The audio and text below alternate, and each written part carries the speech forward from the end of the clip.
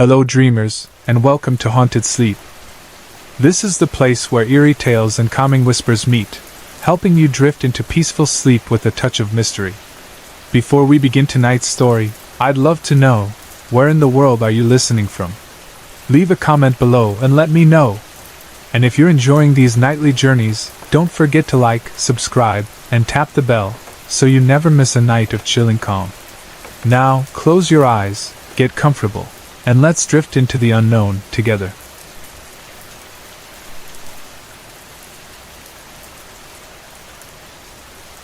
This experience happened when I was still living at home with my father, between 1997 and 2001. Things started off fine. We were both comfortable in the house, but over time, strange occurrences began to happen slowly at first, then picked up pace quickly. It all started when I would be home alone downstairs, watching TV, when I'd hear the side door close and footsteps walking down the hall toward my dad's room. Thinking my dad had come home from work, I would go upstairs to greet him, only to find the driveway empty, with no sign of anyone in the house. At the time, my sister was living with my mom and only stayed with us on Wednesday nights and every other weekend. She and I both had our own rooms. After the footsteps started, my dad would make random comments like, "Thanks for making your sister's bed." I'd tell him I hadn't made it, and I always thought it was odd because my sister was the type to leave her room a mess and never make her bed. There were other times when my dad would ask me what I was doing in my sister's room because the sheets would be pulled back. Why would I be in there when I had my own room? It became clear that something was off. Here's where it gets even more interesting. My dad worked for a big company and had to travel out of state sometimes. This particular time, he was heading to California for a week, and to my surprise, he allowed me to stay in the house alone. I was about 16 or 17. While he was gone, things got really weird. My buddy from up the street would stay over, as we often stayed out late together. One night, we were sitting at the kitchen table talking when my friend suddenly seemed transfixed by something. I asked him what he was looking at, and he told me that he kept seeing two balls of light swirling around the kitchen before shooting into the wall. We decided to leave, but after a few hours when we came back, we froze when we saw the house. Every light in the house was on, and every ceiling fan was spinning. We were both in shock. Neither of us had been home to turn them on. The weirdness didn't stop there. Toward the end of the week, my dad came home and asked me why I had been in his room while he was gone. I was confused. Why would I be in his room? The door was shut, and I assumed he would have locked it. He explained that he had bought a new pair of shoes and left them in the box in his closet.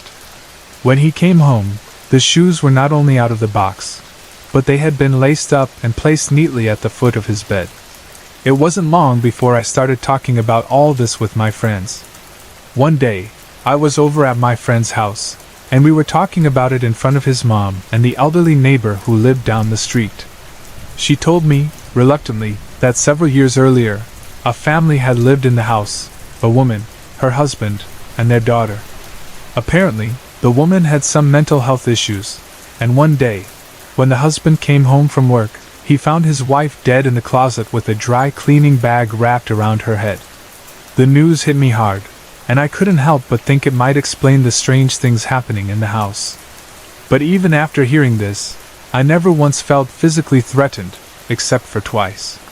One night, I was lying in bed watching TV when suddenly, a loud banging sound started on my dresser. It made its way around the room, stopping by my head. And then, in my ear, I heard this deep, animal-like breathing, almost a growl. I was terrified. I said a prayer and asked for protection, and the sound stopped. It happened again once more, but this time downstairs while I was sitting at the computer. I was talking to my friend on AOL Instant Messenger when I heard that same animalistic breathing sound coming from outside the computer room in the basement.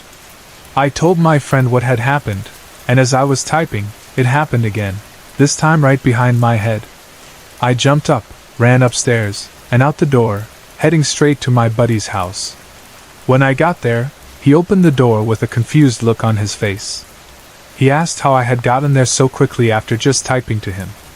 Then he showed me the instant message conversation, and to my shock, The last message from me read, "Nah man, I'm just messing with you, everything's cool." I had never typed that. That was one of the strangest things that ever happened in that house, and I have more experiences to share, but that was the one that really stood out to me.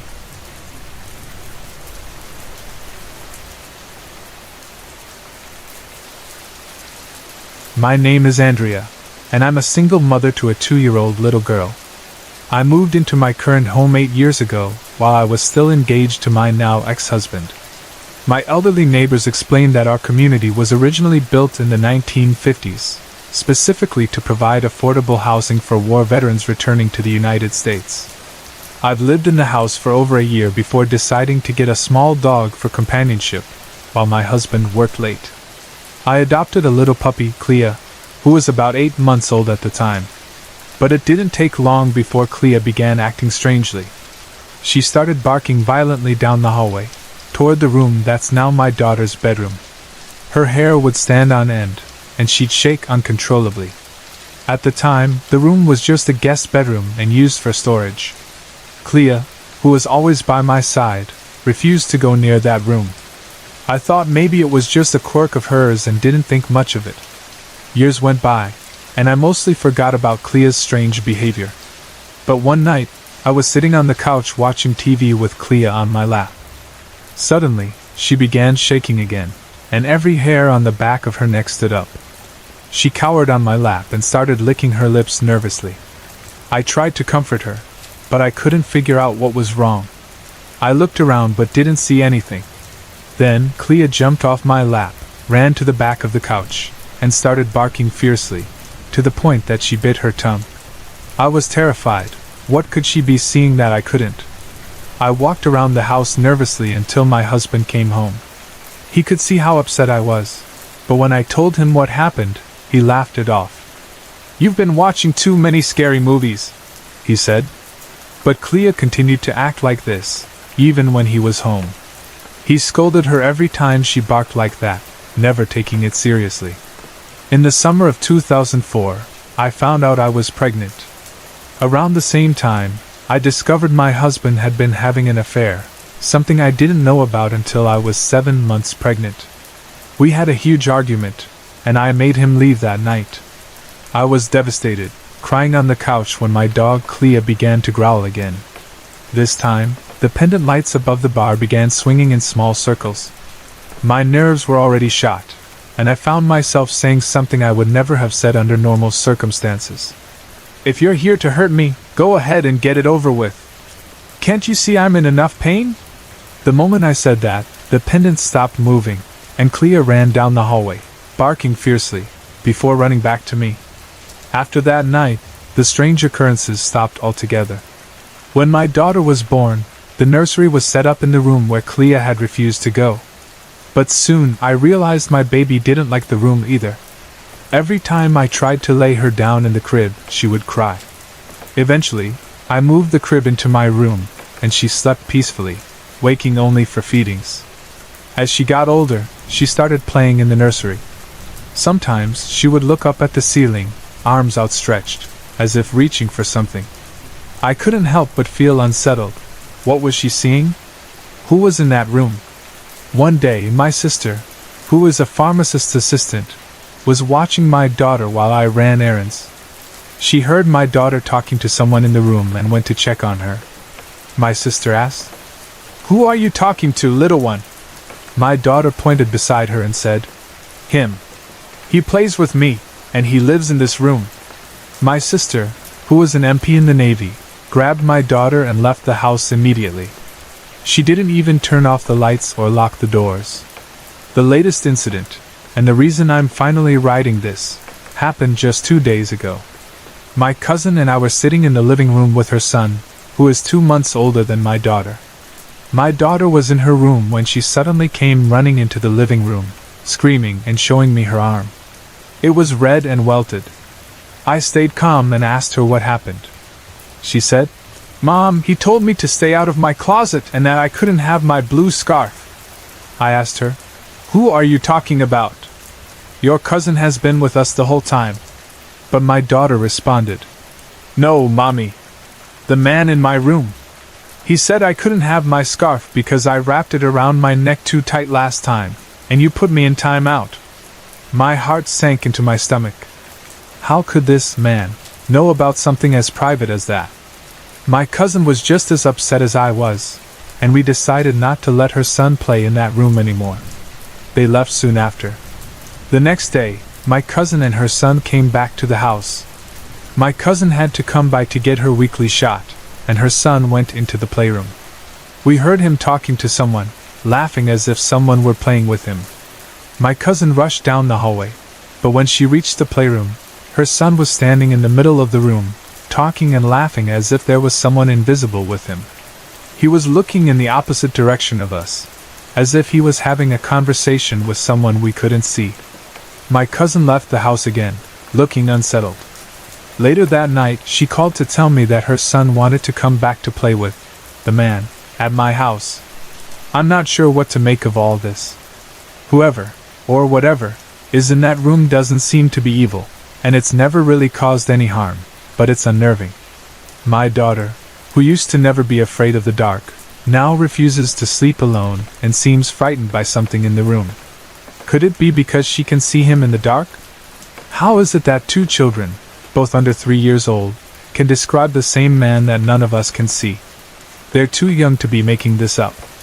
My little dog, Clea, who has since passed away, knew something was here too. I'm currently trying to find out more about the original owners of the house to learn who this man might be. Wish me luck.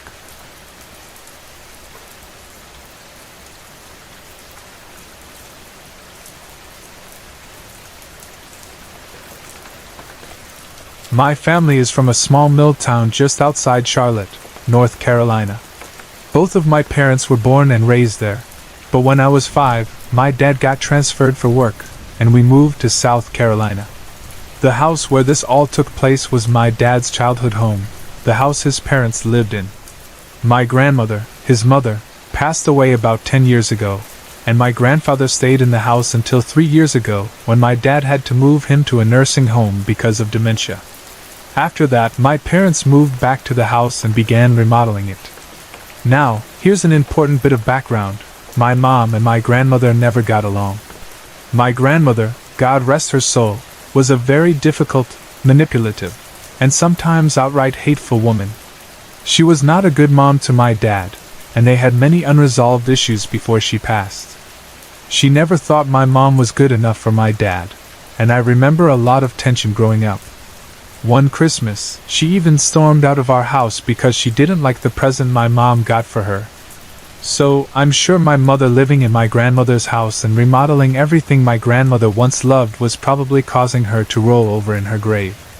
Now, this all happened last Thanksgiving.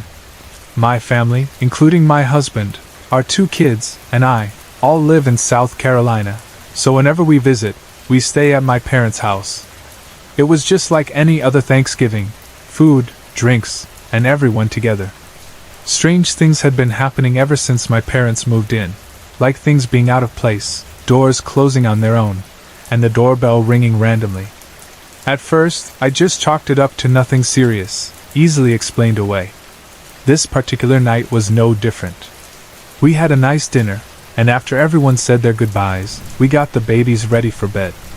Both of them sleep in my mom's room, which is right next to the room my husband and I sleep in. The house is small, 2 bedrooms, 1 bath, a living room, and a kitchen, so it's pretty cozy. We went to bed as usual, and I didn't think anything was odd. Now, my husband is a total skeptic when it comes to ghosts. He doesn't believe in them at all. So, imagine my surprise when he wakes up the next morning and tells me he thinks the house might be haunted. He said that around 2 or 3 a.m., he woke up thinking he heard our son crying. He laid there for a few minutes because he knew both kids were in my mom's room, and she would handle it. But as he listened more carefully, he realized it wasn't our son. It was a woman's voice, someone calling out, but he couldn't make out what she was saying. He thought maybe it was my mom talking to my dad, but the voice kept getting louder, and it lasted for about half an hour. My husband tried to rationalize it. Maybe it was one of the cats, or maybe something outside, but the longer he listened, the more he realized it wasn't either of those things. The voice was coming from inside the house. Eventually, he fell back asleep, but he was pretty shaken up. The next morning, he tells me and my mom the whole story. We both laughed it off, joking that it was probably my grandmother, Jane, messing with him. We shrugged it off and went about our day. That day, things got even stranger. The doorbell rang 3 times, with no one at the door. My dad had finally had enough and disconnected it. Then, I noticed my coffee cup, one I had left on the kitchen counter, had somehow made its way to the top of the bookshelf while I was in the bathroom. The kids were fussy all day, which could have just been the chaos of the holiday, but my daughter, who is usually very independent, clung to me all day. The cats, too, were acting up, running around the house and being unusually spastic, when they usually just lay around. To top it all off, the bathroom door wouldn't stay open. It kept slamming shut on its own. Again, all things that could be explained away, but it was starting to feel like a lot of coincidences happening all at once. That night, we all went to bed, and in the middle of the night, my husband started shaking me awake. I rolled over, ready to snap at him for waking me up, but he covered my mouth with his hand and whispered, "Listen." I lay there, listening carefully, and sure enough, I heard it, a woman's voice, coming from the hallway. I couldn't make out what it was saying, but it was definitely calling for something.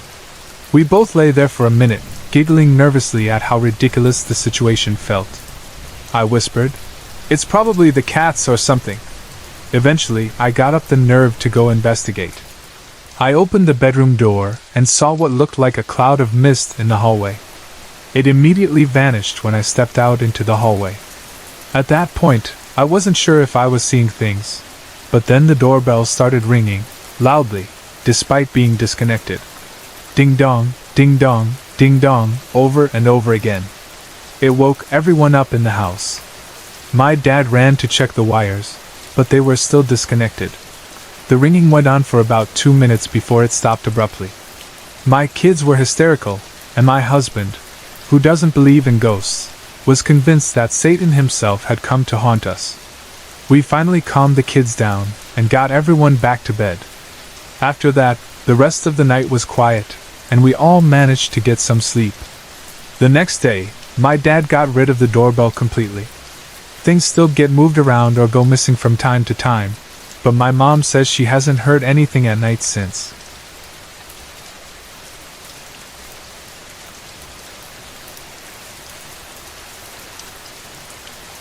When I was 11, my family decided to move to an old house in Oxford, North Carolina. My parents were unsure whether to buy this house or another, so they let my sister, brother, and me help make the final decision. We all loved the house. It was huge compared to the other places we had lived. Built in the early 1900s, the house had been added on to over the years. My sister Thera and I were excited. My little brother, Eric, was too young to care.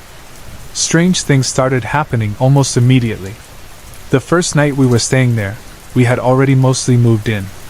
My mom was unpacking in the kitchen while my dad was out picking up another load from the old house.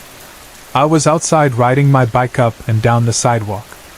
As I passed the house one time, I looked through the wispy curtains and saw my mom placing a fancy porcelain soup dish on the dining room table. My stomach rumbled. I rode down the driveway, stashed my bike in the garage, and ran inside. I grabbed a bowl and spoon from the drainer. When I went into the dining room, I was startled to find the table was still empty. There wasn't even a table in the house yet. I asked my mom what happened, and she said, "Maybe we have a ghost welcoming us home." After that, more strange things happened, things that can only be explained as doppelganger-type events. Everyone in the house would hear someone calling their name, but the person calling them wasn't actually there, or hadn't made the sound. My parents still experience this, even now that my sister and I no longer live there. It often happens right before we visit, as if someone is calling us. One particular instance happened a few months later when Thera and I were waiting for one of our parents to get home from work so we could go out for the night. We were hanging out with our friends in the front yard. I was in my room, talking to my boyfriend, when we suddenly heard the car pull into the driveway. I saw the headlights. heard the music blasting, and everything. We all went outside to wait for my dad. But we waited and waited, no one came out. I peeked down the driveway and saw no car at all. We were all freaked out, and just as we were standing there in confusion, my dad's car pulled in for real. This car pulling into the driveway thing kept happening, especially with whatever car my dad was driving at the time. I'd even gotten a Volkswagen Fox, and my dad had a Toyota Tacoma, but it always seemed to happen when he drove his truck. The first Sunday we lived there, and many Sundays after that, we started smelling bacon, eggs, and sausage cooking in the kitchen around 7 a.m. There was no one cooking, and this smell would linger in the air. It became a regular thing, though we never figured out why it was happening. When I was 15, another unsettling event occurred. One afternoon, my sister, mom, brother, and I were in the living room. I was playing with the cat on the floor, my mom was helping Eric with his schoolwork, and Thera was on the big couch. Suddenly, our dog Abby and our cat Steve started going crazy. They were barking and hissing at something in the dining room. The area in question had a strange stain on the rug, which the realtor had explained away as a strawberry stain, though it looked more like a blood stain to me. Abby was barking wildly, and the cat was hissing like crazy at the spot. After this, my mom and I occasionally saw a shadow moving between the dining room and the kitchen. It would sometimes go into the hallway from the back room. This area felt strangely alive, like something or someone was always passing through. When I turned 16, my sister, brother, and I got some new furniture from an auction. It was antique mahogany, and my set was a cherry wood collection. I got a 4-poster bed, a beautiful dresser, and matching drawers. After we got the furniture, Thera and I both started noticing that our beds would shake lightly, as if the washing machine were out of balance on spin cycle. At first, I thought it was nothing, but one day I realized the washing machine wasn't even on. When I went to the kitchen to get a drink, the bed was still shaking when I lay back down. I also began to notice a soft perfume smell in my room, though no one wore perfume in the house. When Hurricane Fran hit us, things got even stranger. Shadows darted everywhere around the house, and the air felt charged with a strange energy, unlike the usual storm excitement. My father, who was a skeptic, even mentioned feeling like there were more people in the house than just us, all of us worried about the storm. Another odd thing about the house, everyone who came to visit, family or friends, would say they had a strong feeling of coming home when they stepped inside. It felt like you were exactly where you were supposed to be. The only place that never felt quite right was my sister's room. That room always made me feel uneasy, though I never fully understood why. I remember something a bit frightening from when we were younger. My father had built my sister and me a loft bed. My queen-sized bed was on top, and Thera's twin bed and desk were underneath. One night, I was lying in bed, staring down at the floor, when I saw a flash of red light. I sat up, confused, and immediately felt an overwhelming sense of dread. Then I heard a low growl, the kind of noise that makes your spine tingle with fear. Then I heard it. "Steph? Are you awake?" "Yeah," I answered. "Did you hear that?" "Yeah," I said. "Can I sleep with you?" "Uh-huh." And with that, Thera scrambled up the ladder and into my bed, like a monkey trying to escape a lion. Soon after that, she moved into my brother's room, and he moved into the family room. One night, I saw something in the corner of the family room that looked like a giant cocoon. I'd read about someone else having the same experience online, growling followed by a cocoon-like figure. But I never got a response from the person. The coincidence was eerie. That's most of what I remember from the house in Oxford, North Carolina. Strange things continued to happen, and even though I don't live there anymore, my mom still experiences some of the oddities.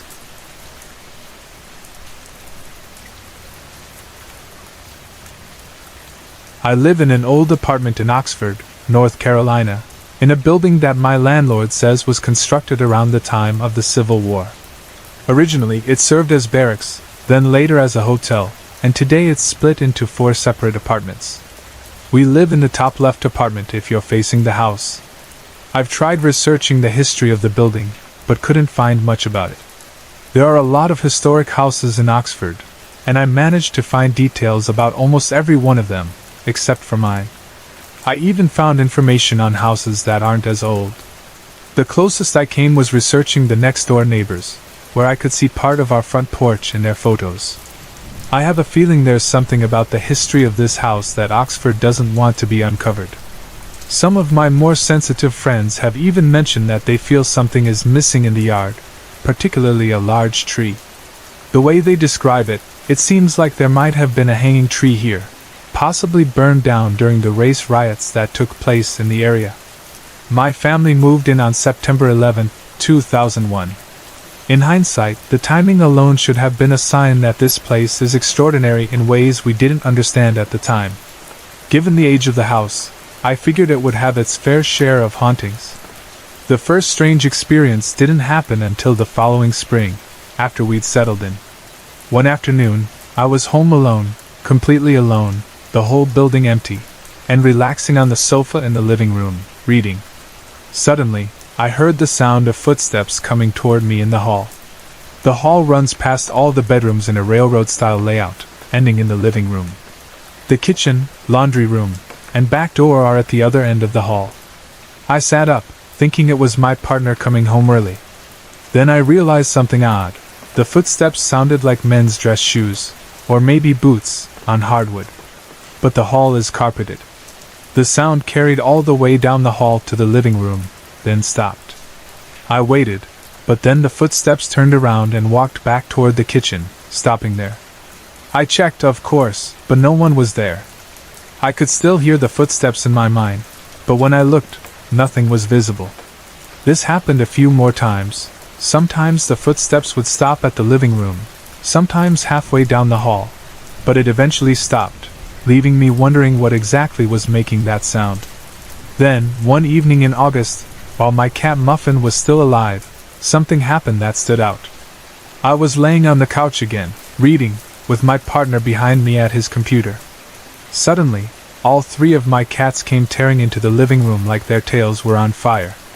They all jumped to the back of the couch, where they sometimes slept in a line. I laughed and asked, "What are you doing, silly kitties?" But then, as I turned to look, all three cats stared down the hallway with wide eyes. I looked too, and that's when I saw it, what appeared to be a shadow person. I only saw the upper part of the figure, but it was clearly there, standing in the hall with its hand outstretched toward the wall, almost as if it were trying to stop itself from running. Then, it quickly ducked back out of view. My hair stood on end. I was shaken, but Jeff went to the back of the house to check, and the back door was still locked. After some friends moved out of the apartment across the hall, they were bad tenants and not great friends. New tenants named Jamie and Robert moved in. After they settled in, strange things started happening again. Both of our doorbells would ring at the same time, and sometimes separately, but there was never anyone at the door. There was one time that scared the hell out of me. The doorbell rang, and I opened the door, expecting no one, only to find Jamie standing there. She asked if I had just knocked on her door, which I hadn't. I had no idea how she had heard it. This doorbell activity continued, usually between midnight and 3 a.m., until I finally took my doorbell down. After that, I started hearing knocking at the same time every night. One night, after a few drinks, the knocking came, 3 times as usual. The verse from the Bible about Jesus knocking 3 times came to mind, so I opened the door and jokingly said, "Come on in, Jesus!" The knocking stopped for about a month. Then it started up again, but this time I was asleep when it happened. I ran to the door, thinking it was my sister, but when I opened it, the hallway was empty. I yelled into the hall, "Stop it already! It's not cute anymore!" and slammed the door shut. Thankfully, the knocking hasn't happened since. After that, everyone who came to visit mentioned having a really bad feeling when they walked down the hall. One friend even made me walk her halfway down the stairs when she came over because she couldn't shake the uneasy feeling. I don't always feel it, but sometimes I do feel the tension when I walk through that hall. About a month later, something even more disturbing happened. I was getting ready to leave the house. I can't remember where I was going, but as I looked into my landlord's open apartment, I got this intense bad feeling. At first, I thought it was something to do with him, but in retrospect, I think it was something connected to the hallway. As I was slowly going down the stairs, holding onto the railing, I suddenly felt a strong shove from behind.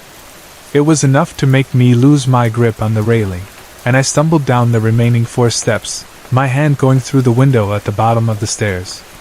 I cut my hand badly, right on the base of my palm and wrist.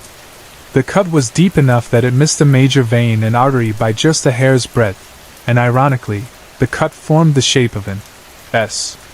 I yelled at whatever had shoved me, telling it that if it ever pulled a stunt like that again, I'd have it exorcised. Since then, nothing that intense has happened, but I still feel like someone is behind me sometimes when I go down those stairs, wanting to push me.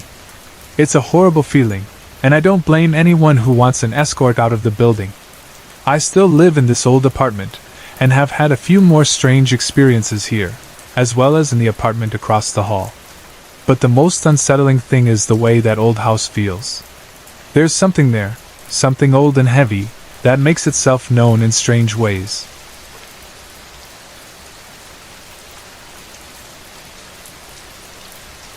I'm a 25-year-old woman who absolutely loves paranormal investigations. I have my own group called GPS, which stands for Ghostly Appalachian Paranormal Society. I started the group in February of 2007, and since then, we've experienced many strange occurrences, from dancing ghosts to cold touches, eerie sounds, and more. The first weekend of May this year, 2 of my team members and I were invited to investigate a man's home. He had 2 young children, and he shared a disturbing experience with us. One night, while walking through the hallway to his son's room, a black shadow appeared in front of him and walked straight through him. Afterward, he felt incredibly weak and had to sit down for almost 10 minutes. When he stood up, he became dizzy and lightheaded. He asked us to investigate, hoping we could experience or see whatever it was that had happened to him. I gathered our equipment and headed over to his house. He took his children camping for the night so we could have the place to ourselves. The 3 of us, myself, April, and Rob, arrived, and we started by getting a feel for the house. We checked every room for anything that could explain strange sounds or sights, like heat vents, AC units, mirrors, or reflective surfaces. We like to rule out the natural explanations first. Once we had everything set up, we turned off the lights. I positioned a camcorder facing the hallway where the shadow had been seen and set up voice recorders in the daughter's bedroom and the kitchen. We began asking questions. Is there a presence here that would like to show itself? We want to communicate with you, so speak freely into these recorders. Or if you'd like to let us take a picture of you, that would be great as proof you are still here. I took pictures after each question. As we continued, I decided to move the camcorder with me as I explored the house. While we were standing in the dining area, Rob suddenly started feeling sick to his stomach. He said he needed to get some fresh air and went outside to wait until the investigation was over. So, it was just April and me in the house at that point. I continued filming, and through the night vision on the camcorder, I began seeing strange white and green orbs moving in front of the lens.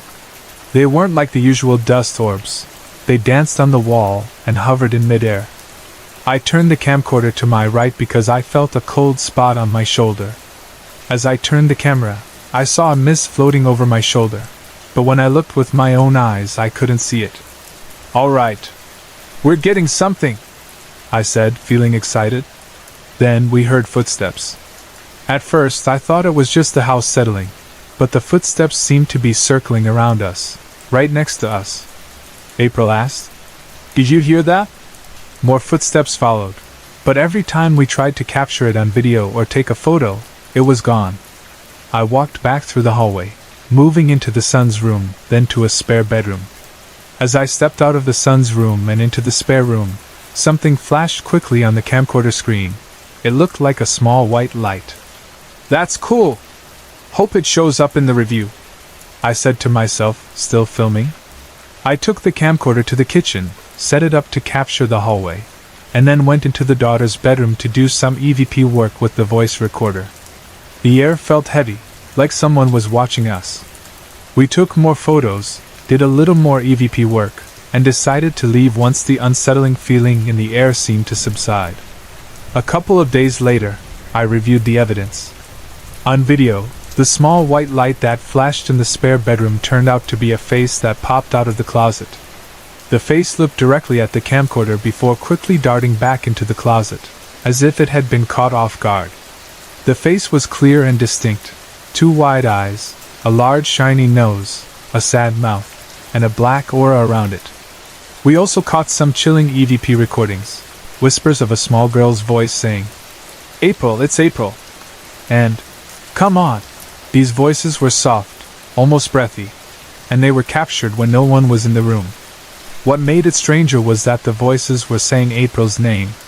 2 days later, we learned that the house was built on top of 3 children's graves. I've tried contacting the tax office and doing further research to find out more about the history of the house, but I'm having no luck. It's frustrating because most of the houses in the area have documented histories, even houses that aren't as old as this one. I've been told by some people in the area that they think I'm crazy for even looking into this. But I'm not crazy. I'm just curious and trying to understand what we experienced. I'm a Christian, and I believe that these spirits, whatever they are, need to be understood and possibly helped.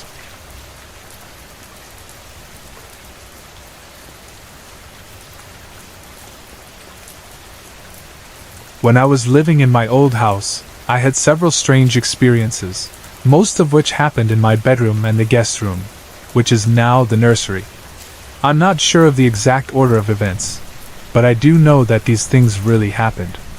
I think the first strange incident happened one fall night. I remember feeling spooked because I thought I saw a shadow person. But I quickly dismissed it, thinking it might have just been the fan blowing or the effects of the kerosene heater. I fell asleep without much trouble. Then, in the early morning, I woke up for no apparent reason. I stretched and sat up to glance at the clock, which read 5:16. I snuggled back into my pillow, but suddenly, I couldn't move or breathe. It felt like I was suffocating, and all I could think was that if I could just wake Jeff up, it would stop. Slowly, and with great effort, I tried to move my hand toward Jeff's face. I felt like I was about to pass out, seeing stars as I struggled to breathe. The only sound I could make was a faint croak, as if my lungs weren't getting air. Finally, I managed to reach his face and pinched him. He woke up, startled, shouting, "What the F at $?" As soon as he awoke, I gasped for air and collapsed back into the pillow. He asked if I was okay, and I said, "I am now. Love you." I said a quick prayer for protection and fell back asleep. The next incident was stranger. It was a cold winter night, and I was curled up in bed under my favorite comforter, dozing off while watching the pattern the kerosene heater made on the ceiling. Out of the corner of my eye, I saw shadows moving. I felt a chill run down my spine and turned to face them. The shadows continued to shift. Just then, our cat Pooh came in and settled at my feet, staring at the same spot I was watching. The shadows stopped moving, and I eventually fell asleep, forgetting to pray. A few hours later, I woke up and noticed that Jeff had finally come to bed. I rolled over on my back and looked at the pattern on the ceiling again. This time, something was different. There was a fiery eye embedded in the pattern. I was sure it hadn't been there before. I stared at it, feeling increasingly uneasy, like I was being watched. Suddenly, another eye appeared. I felt a deep sense of dread as it seemed to wink at me. I quickly covered my head and prayed for God to protect both me and Jeff from all evil. Eventually, I fell asleep. When I woke up to use the bathroom, the eyes were gone from the ceiling, but the heater was still on, and nothing had been moved. Then there was another night, again in winter, when I had a strange dream. In it, I was at the entrance of a cave that was supposed to represent the gates of hell. There were drums playing, and people I knew from high school, real partiers, were going into the cave. I talked to someone there, but I couldn't remember the conversation. Suddenly, something grabbed my leg, and I woke up to feel the grip still on me. I looked, and there was a robed figure standing at the side of my bed, and another at the foot of the bed, both holding on to me as if they were fighting over me. I screamed, "What is it? What is it? Get it off of me!" The figure at the side of the bed backed away and vanished. But the one at the foot of the bed stayed, and I felt myself sliding. I screamed again, "What is it? What is it? Get it off of me!" Finally, Jeff woke up, yelling, "I don't know, I don't know! What is it? Get off of her!" He didn't see anything, but thought I was sleepwalking or something, though I wasn't. The next day, I noticed scratch marks on my left ankle, the one that the robed figure had grabbed. Jeff thought it was strange, and we checked the bed, but there was nothing that could have caused the scratches. After that, I prayed every night for God to send whatever these beings were back where they came from. Since then, I haven't seen any more shadow figures like those. Now, if I see a shadow, it has a human form, but it disappears when I look directly at it. The last experience that really disturbed my sleep happened when I was 8 months pregnant. I had been sleeping in the spare room because I snored and Jeff would wake me up to stop. Plus, I liked having my own space and could sprawl out in the bed. But in that room, I always had strange dreams. Bad dreams, the kind I used to have in my own room before I put up a dream catcher. One night, I had a weird dream about an old hag, though I can't remember the details. In the dream, she was in the room with me, and suddenly, I stopped breathing. When I woke up, I was able to breathe fine, but I could still remember how it felt not to breathe while I slept. My heart was racing, and I fought to catch my breath. Now that room has been transformed into a nursery, and I've placed a dream catcher next to my son's crib, praying over it and spiritually protecting it, just as I did with my own bedroom. The shadow man I mentioned before, who roams from the back room to the hallway near the bathroom, encountered my mom. She had just come out of the bathroom in the dark house when she noticed an unusually dark spot in the hallway. As she walked through it, she felt like she had walked through cobwebs, and instinctively began swatting at the air. She said it felt like the shadow was doing the same thing, as though it was startled to see her. Sorry to interrupt. If you're enjoying the story, let me know in the comments and tell me where you're watching from. Don't forget to like and subscribe for more.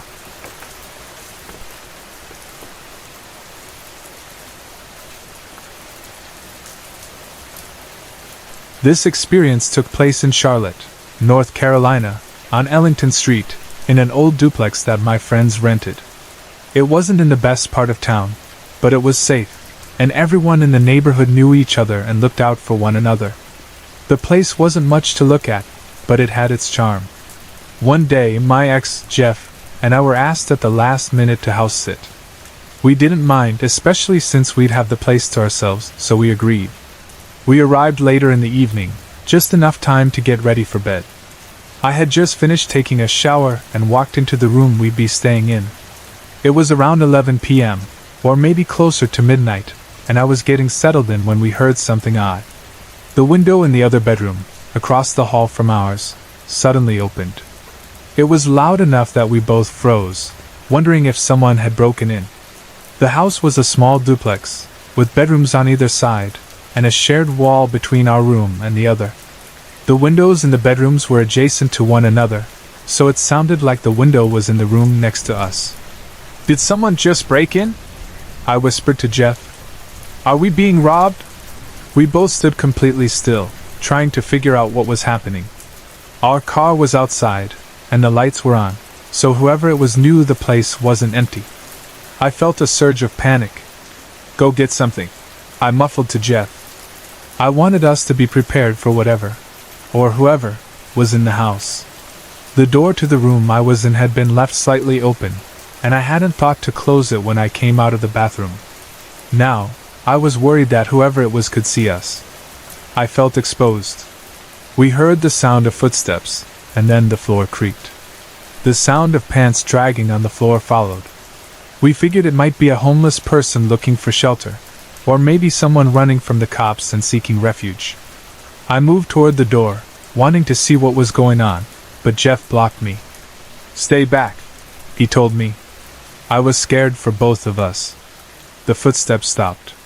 We stood still, listening, until Jeff finally decided to go outside the room and check things out.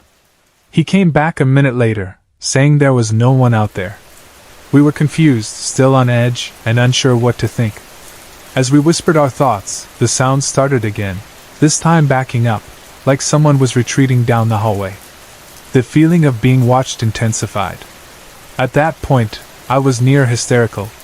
The door had been left open even wider now, and we were both staring at it, frozen. Suddenly, the figure appeared. She couldn't have been more than 10 years old, a blonde girl in a white nightgown that dragged on the floor. She walked right by the room, but didn't look our way. Jeff gathered his thoughts and told me to wait and see where she went. Maybe she'd leave through the front door. For a moment, we thought maybe she was just a lost child. We didn't hear the front door open or close though, so Jeff hesitantly went after her to see if she needed help. He came back less than a minute later saying she was gone. There was no trace of her, no sign of the front or back door opening. Nothing. We turned on every light in the house and went over every inch of the place, checking the rooms, the windows, and the locks. There was no evidence of a break-in or anything unusual. We spent the rest of the night with the lights on, too scared to sleep properly. When we woke up around 6 a.m., we still felt unsettled, like something wasn't right. We spoke with the neighbors, but they said they hadn't seen anyone around, and they hadn't heard anything unusual. When our friends came home that afternoon, we asked them about it. They responded with surprising calmness. "Oh yeah, she's always here. She doesn't bother us. She'll just walk past us and keep on going." We were stunned. "You've been living with a little girl ghost this whole time, and you just let it go?" we asked. They seemed unbothered by it, as if it was just another part of the house. That night's experience, though it lasted no longer than 30 minutes, felt like an eternity in the moment. It left us rattled, unsure of what we'd just witnessed. Afterward, I moved away to Smyrna, Georgia, near Marietta, another area known for its paranormal activity. I've often thought about that night and the little girl, and part of me wonders if I'll ever be able to go back and investigate the house. But now, I know other people are living there, and I'm not sure if I'd want to disturb them.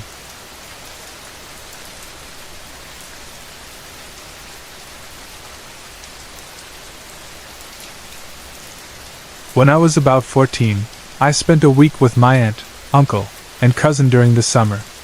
They lived in a rural area outside Winston-Salem, North Carolina. One afternoon, their neighbor across the street asked my aunt and cousin to water her flowers while she was out of town. My cousin's house was down a long dirt road, surrounded by woods. It's paved now, but it wasn't back then. The house wasn't visible from the road, and directly across from their driveway stood the neighbor's home. It was a large house, some might even call it a McMansion. The neighbor, a widow, had recently lost her husband, who had been a judge in Forsyth County. I believe he passed away in the house, though I'm not sure about that detail. Late one afternoon, we drove over to her neighbor's house to water the flowers. My aunt was using a watering pail, and my cousin was getting the hose. I was just tagging along, watching them work. My cousin, for some reason, was upset about something, and I could tell she wasn't happy about having to water the flowers. At one point, my aunt made a joke saying, "You'd better not mess up Mrs. Y's flowers, or Mr. Y is going to get mad." We all laughed, thinking it was funny. Of course, she was joking about a dead man getting mad. But then, we started hearing something odd. It sounded like wind blowing, but there wasn't a breeze. It was weird, but we kept going. Then, my cousin pulled the hose across a flower bed, and suddenly the wind sound grew louder. It became this eerie, unsettling noise. At that point, my aunt, looking visibly frightened, said, "Drop everything and get in the car, now!" We immediately ran and jumped into the car, and my aunt sped off down the driveway. As we were coming around the side of the house, I glanced to my left, and through the large picture window, I saw what looked like a glowing blue ball of light inside the house. It hovered there for about 15 seconds, just long enough for us to get to the end of the driveway. I was in shock and could barely speak. All I could manage was a stunned, "Oh my gosh!" I immediately told my aunt and cousin about the blue light, but neither of them had seen it. I'm certain of what I saw. It was broad daylight, and there were no lights on in the house, no television, nothing. It didn't make any sense. Later, my aunt admitted that she had felt like someone was watching us. Whether it was a ghost or a person, she just had this overwhelming feeling that we needed to leave. She said the situation felt unsafe. We returned to the house with my uncle, who brought along his shotgun, just in case. When we arrived, there was no sign of anything unusual. The house was locked up tight, and there was no one on the property. So we left, still unsure of what we had experienced. Fast forward to about a month ago, when I was visiting my cousin again. She casually brought up that strange incident, and told me something even stranger. Apparently, the house had been broken into recently. A police officer had been walking around the outside of the house and, while looking through the big picture window, saw the same blue ball of light I had seen years ago. The house had since been sold to a new couple, who weren't home when the break-in occurred. The alarm system went off, and 3 officers were dispatched to the property. One of the officers told my uncle what he had seen, asking if there was any explanation for the light, such as a television or light left on in the room. My uncle had no explanation for it. Now I'd love to return to the house, this time, as an adult, and not so afraid, to investigate further. I'm really curious about what that blue light was and if there's any other strange activity going on in the house.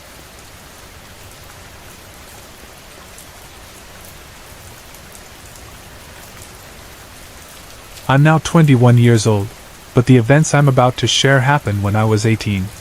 At the time, I was a freshman in college, feeling like I was on top of the world. I was, and still am, a night owl. I worked late, usually starting around 8 or 9 p.m. and going until 2 or 3 a.m. It all started one night in February. I was studying in the library with my girlfriend, and we had a lot of midterms coming up. Biology was the first on the list. Since our dorm was a long walk away and the weather was freezing, I usually stayed in the library, where I'd push 2 couches together to nap for a few hours instead of braving the cold. One night, feeling frustrated with studying, I jokingly said to my girlfriend, "Maybe I should just sell my soul to the devil. That would probably be easier than studying enough to pass this exam."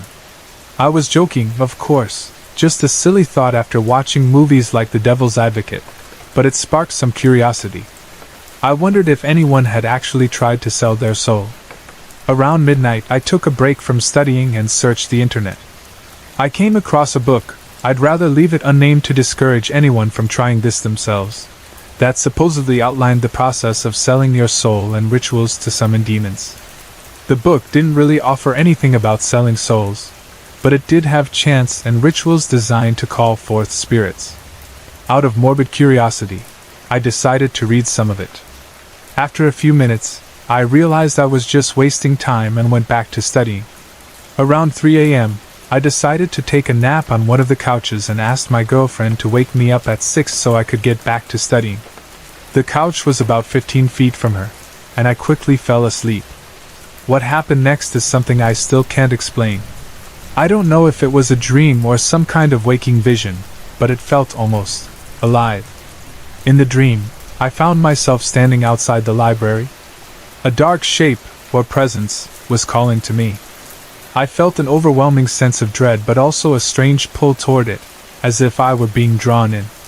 As I got closer, I realized the shape was actually 3 figures. The closer I got, the more terrified I became. One of the figures, a woman, spoke to me and asked, "Do you desire power?" I was too scared to answer. The 3 figures started laughing. It was a chilling sound, deep and sinister, but I could distinguish their voices. 2 sounded deep, like men, and 1 was higher pitched, almost like a woman. The woman then said, "See what it can entail," and motioned for me to look at the library. I turned around, and suddenly, the sound of a fire alarm pierced the air. The alarm rang for 20 or 30 seconds, and then the entire library plunged into darkness. Panic washed over me, and I screamed, "No!" as I ran from the 3 figures, who continued laughing behind me. Then I was awake. My girlfriend was shaking me and asking what was wrong. I told her that I had just screamed, and I realized it was exactly 3:33 a.m., right to the second. I hadn't realized the time during my dream. We sat there for a moment, trying to make sense of it. Then, to my horror, the fire alarm went off again. I jumped up and ran for the stairs with my girlfriend, and just like in my dream, the lights in the library went out. I was near hysterical at this point, and we both ran outside, scaring a few people who were leaving the building at the same time. The lights came back on after about 15 minutes, and we went back inside, but I couldn't shake the feeling that something was wrong. I sat down at the desk, trying to forget what had just happened. I checked my laptop, which I had left on instant messenger when I went to sleep. No one had touched it, and my girlfriend was sitting across from it the whole time. But when I opened it up, I saw that a Word document had been opened. The text on the screen read, "The offer remains." I was completely freaked out. I didn't go near that book again, and I haven't experienced anything paranormal like that since. But to this day, I'm convinced that something beyond my understanding happened that night. At first, I thought I was dealing with ghosts, but now, I don't think that was the case. I've never told anyone the full story until now, partly because I didn't think anyone would believe me. But I can't ignore what happened. That experience was without a doubt the most terrifying thing I've ever gone through, and I still wonder what I really encountered that night.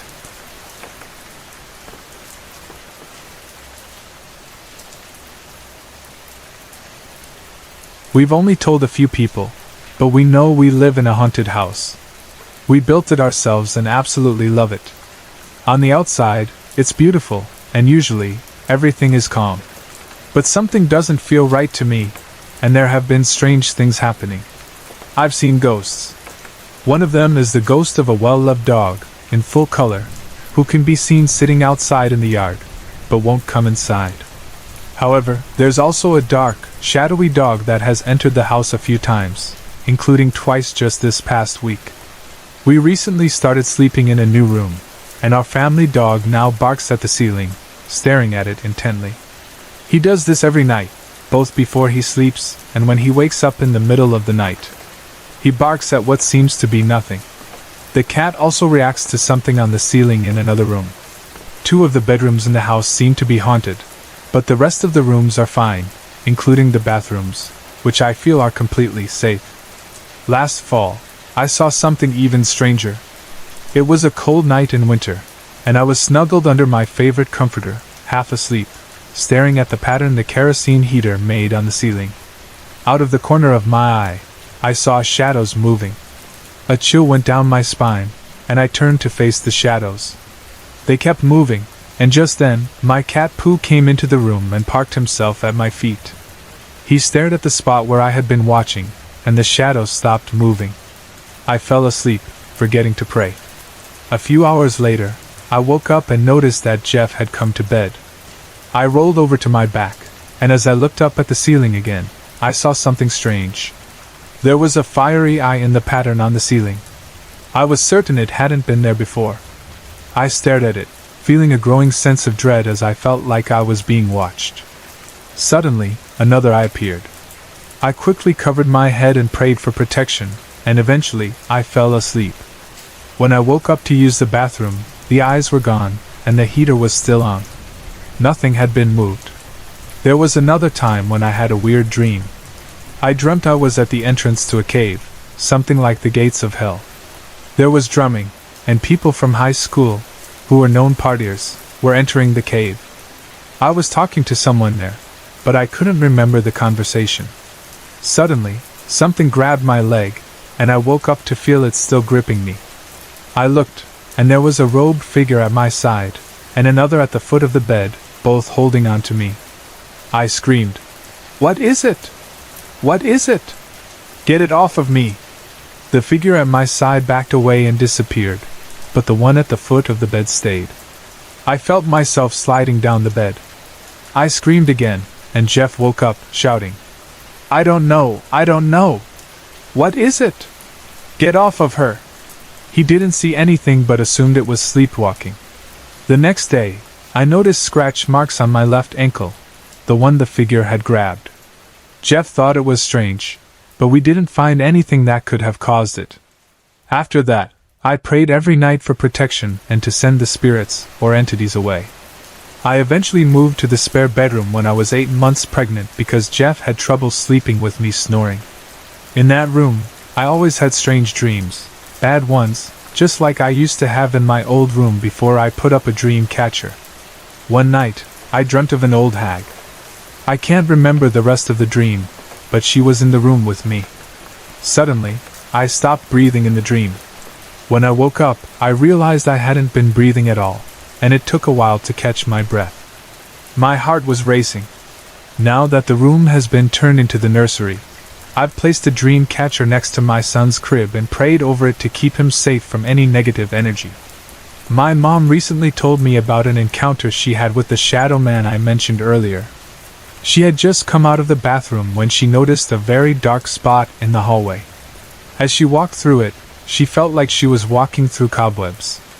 She swatted at the air instinctively and felt as though the shadow itself was startled to see her.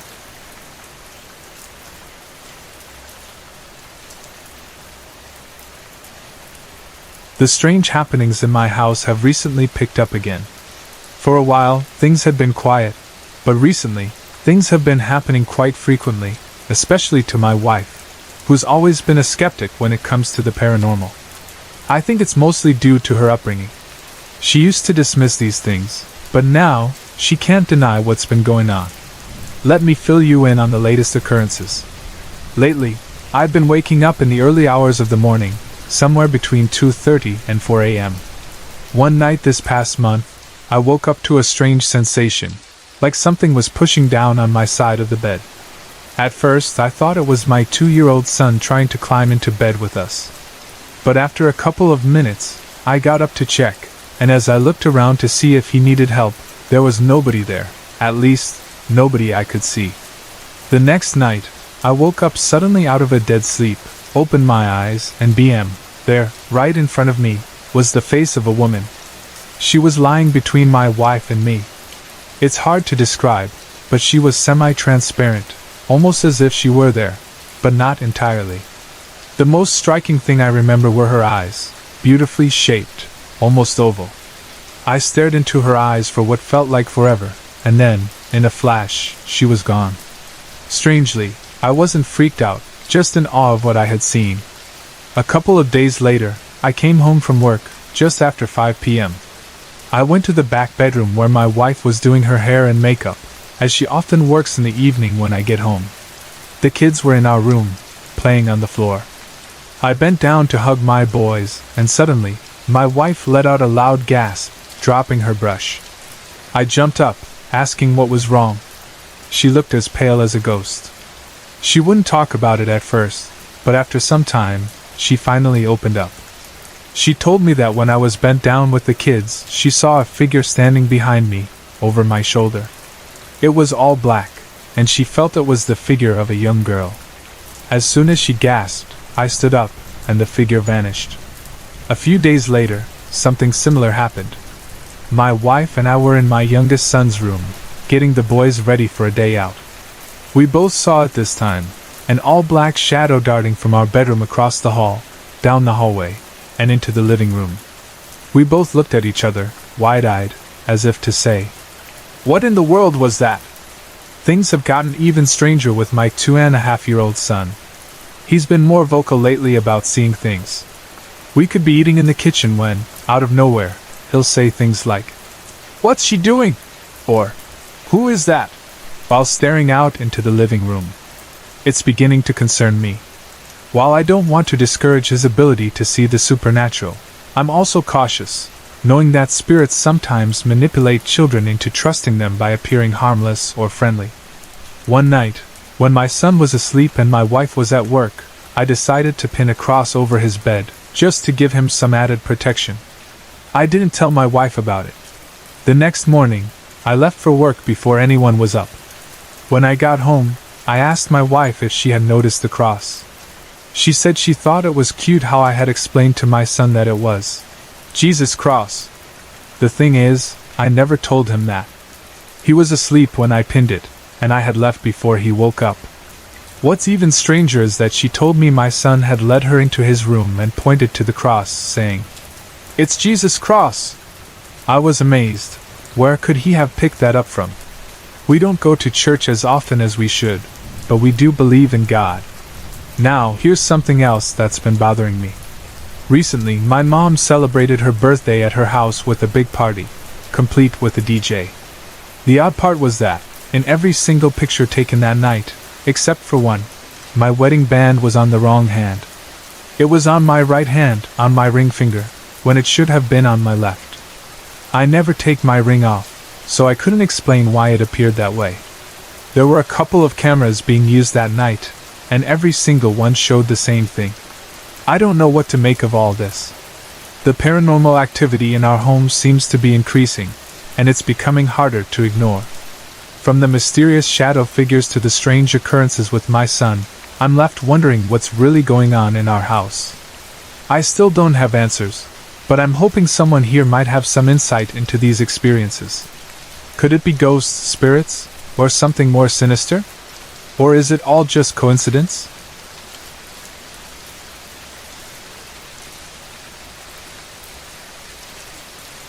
As a child, I grew up in an old cotton mill house, raised by my grandmother, great-aunt, and her daughter, my cousin.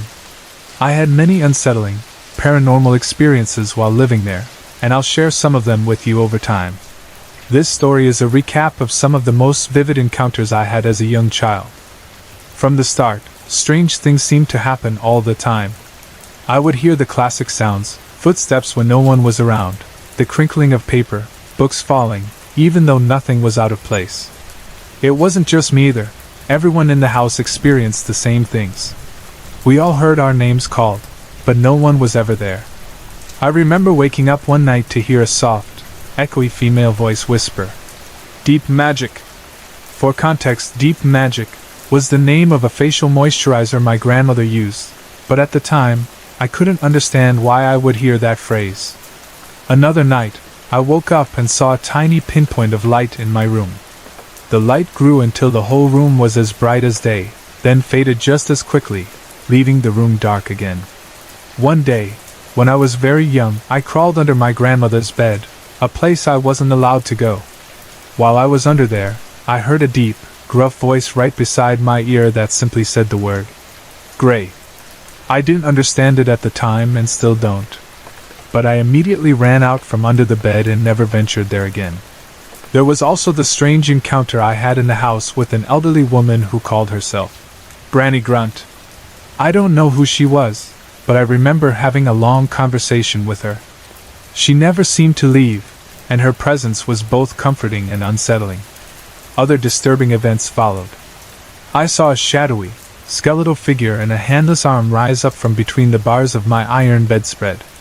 There were also moments when I saw blood dripping from the ceiling, though no one could explain it. When I was about 4, I saw what I thought was the Easter Bunny walking through the living room. But when it passed through and disappeared into the wall, I realized it might not have been the Easter Bunny at all. I now suspect there was some sort of gateway in my cousin's room, as a lot of the paranormal activity seemed to either come from or disappear into that direction. At age 12, I had a particularly disturbing experience. One night, I went to bed early and dreamed that a being, what ufologists would call an alien, Gray, was trying to force a full-sized apple down my throat. I woke up gasping for breath, feeling like something large had been forced into my throat. Even now, I wonder if this event has any connection to the word Gray that I heard whispered under my grandmother's bed all those years ago. As I got older, the paranormal activity continued. My grandmother had an old rocking chair with a woven cane bottom that creaked loudly whenever anyone sat in it or got up. After my great-aunt broke her hip and later passed away from cancer, I began hearing the rocking chair creak by itself in the middle of the night. For 2 nights in a row, I heard someone sit down in the chair, squirm around a little, then get up and leave. Another strange occurrence happened when my great-aunt was in the hospital. 3 nights in a row, I was awakened by loud banging on the front door. When I opened it, there was no one there. My great-aunt passed away 3 days later, and I couldn't shake the feeling that the banging had something to do with her passing. When I was in my 20s, still living in that house, I woke up one night to see a short woman standing beside my bed. She had her hair in a bun and was wearing an old-fashioned white apron over a dress. She vanished almost immediately after I saw her. I also experienced a number of instances where I would be half awake, unable to move, but hearing voices talking and people moving around the house. One night, while I was in that state, I felt something leap into bed beside me and growl menacingly. I couldn't see anything, but the sensation was terrifying. Once I was able to wake up fully, the presence vanished. Eventually, I got married when I was 28 and moved out of the house. After my cousin passed away, I inherited the house and moved back in with my husband. Strangely, after all the strange things I had experienced growing up, nothing paranormal happened during the time we lived there. The house was completely quiet and peaceful, and I was left wondering why the strange activity seemed to stop. Sorry to interrupt. If you're enjoying the story, let me know in the comments and tell me where you're watching from.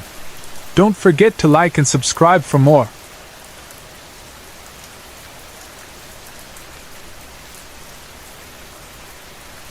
About 10 years ago, I was living in Fayetteville, North Carolina, which is about 15 to 20 miles from Vander, North Carolina. This story dates back to around 1978, when I was 23 years old. Like most young men at that age, I was curious about everything, both the natural and the supernatural. I had heard rumors about the infamous Vander light, and was eager to find out if there was any truth to the stories. Some of my friends had shared with me the legend of the Vander light and its eerie origins. They explained that many years ago, a tragic accident occurred on a back road, just off the main road leading south of Fayetteville. The story went like this. A man was riding in the rear of a train car, a caboose, when he noticed another train approaching from behind. Realizing the impending collision, he swung his lantern back and forth to warn the oncoming train's engineer. But the engineer, for reasons unknown, didn't see the warning and crashed into the lead train. The story went on to say that after the accident, the only part of the flagman's body that was never found was his head. It was a grisly and unsettling tale, and I was immediately intrigued. I had to see this for myself. So, on a dark and gloomy night, when there were very few stars in the sky, I decided to go investigate. We parked by the side of the road and walked down the tracks. The area was isolated, so we were especially cautious of any oncoming trains. We walked about a quarter of the way down the tracks, where we reached a Y-shaped split in the rails. About 200 feet from the split, I started to notice a faint glowing light swaying back and forth along the tracks. It looked like a lantern, just like the stories had described. I wasn't alone, but my friends weren't as brave. They were too scared to keep going, leaving me to venture forward on my own. As I walked closer, the light seemed to get brighter, and the swaying motion seemed to speed up, almost as if it was moving towards me. At about 25 feet away, the light suddenly disappeared. Now, I was starting to feel a real sense of unease, but as I turned around to head back to the car, I was shocked to see the same light, still swinging, but now exactly the same distance away from me as it had been before. It was as if the light hadn't moved at all, and yet I had walked several paces away from it. At this point, I was genuinely spooked. The light followed me, moving with the same speed and rhythm, and I could feel my heart racing. I quickly made my way back to the car, nearly running to get there. A few years later, about 5 years or so, I decided to return to the spot. My memory of the exact location in Vander wasn't clear, as local directions were unreliable, so I spent some time riding around on my dirt bike, looking for the right place. I was hoping to see the light again, but this time, I was more prepared. On a dirt bike, I could make a quick getaway if needed. When I reached the Y in the tracks, I didn't see the light at all. I was disappointed but turned around to head back. Just as I was about to head in the opposite direction, I saw the light again, but this time, only in my mirrors. It was exactly like before, a faint, glowing light that seemed to be following me. No matter how many times I turned around, it was always there, just behind me in the mirrors. At this point, I was terrified. I quickly backed up the dirt bike, gunned the engine, and sped over both sets of rails at the Y. I didn't look back until I was clear of the area, and I didn't stop until I was far away. I can't explain what happened that night, but I know what I saw. It wasn't a prank, and it wasn't just my imagination. That light only appears on dark, gloomy nights, and for some reason, it seems tied to the conditions of the original accident. Maybe the atmosphere of that night all those years ago is what causes it to reappear, but I don't know for sure. I still stand by what I experienced, and I'm sure my friends saw the same thing, which is why they were so scared. I've thought about going back, not out of fear, but to prove that what I saw can be witnessed by anyone who is curious enough to seek the truth.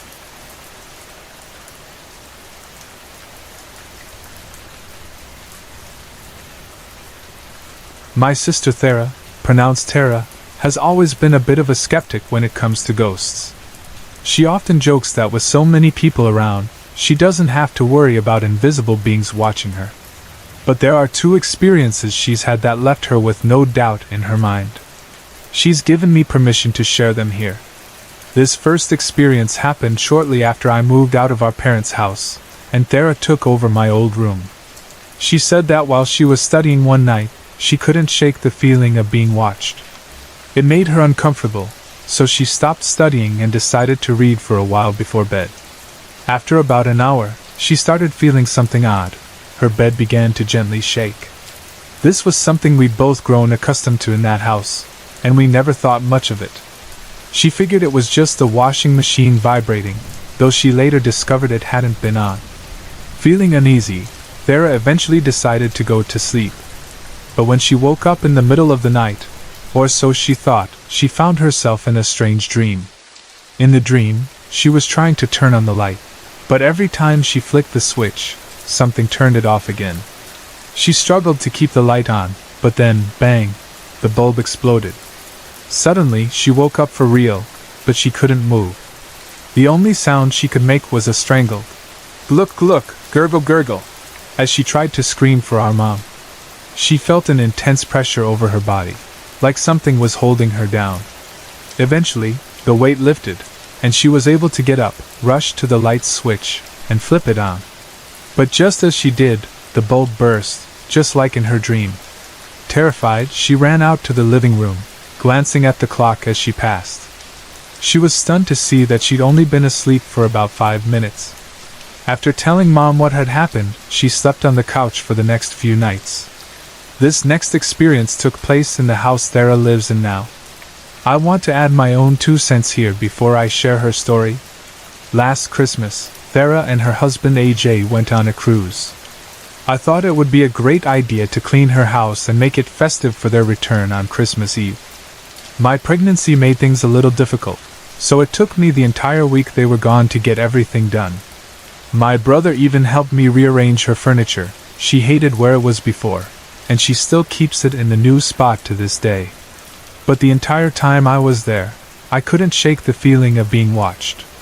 I kept seeing the shadow of a man walking back and forth between the 2 back bedrooms. Oddly, I noticed her female cat, Olive, was also paying attention to the same shadow.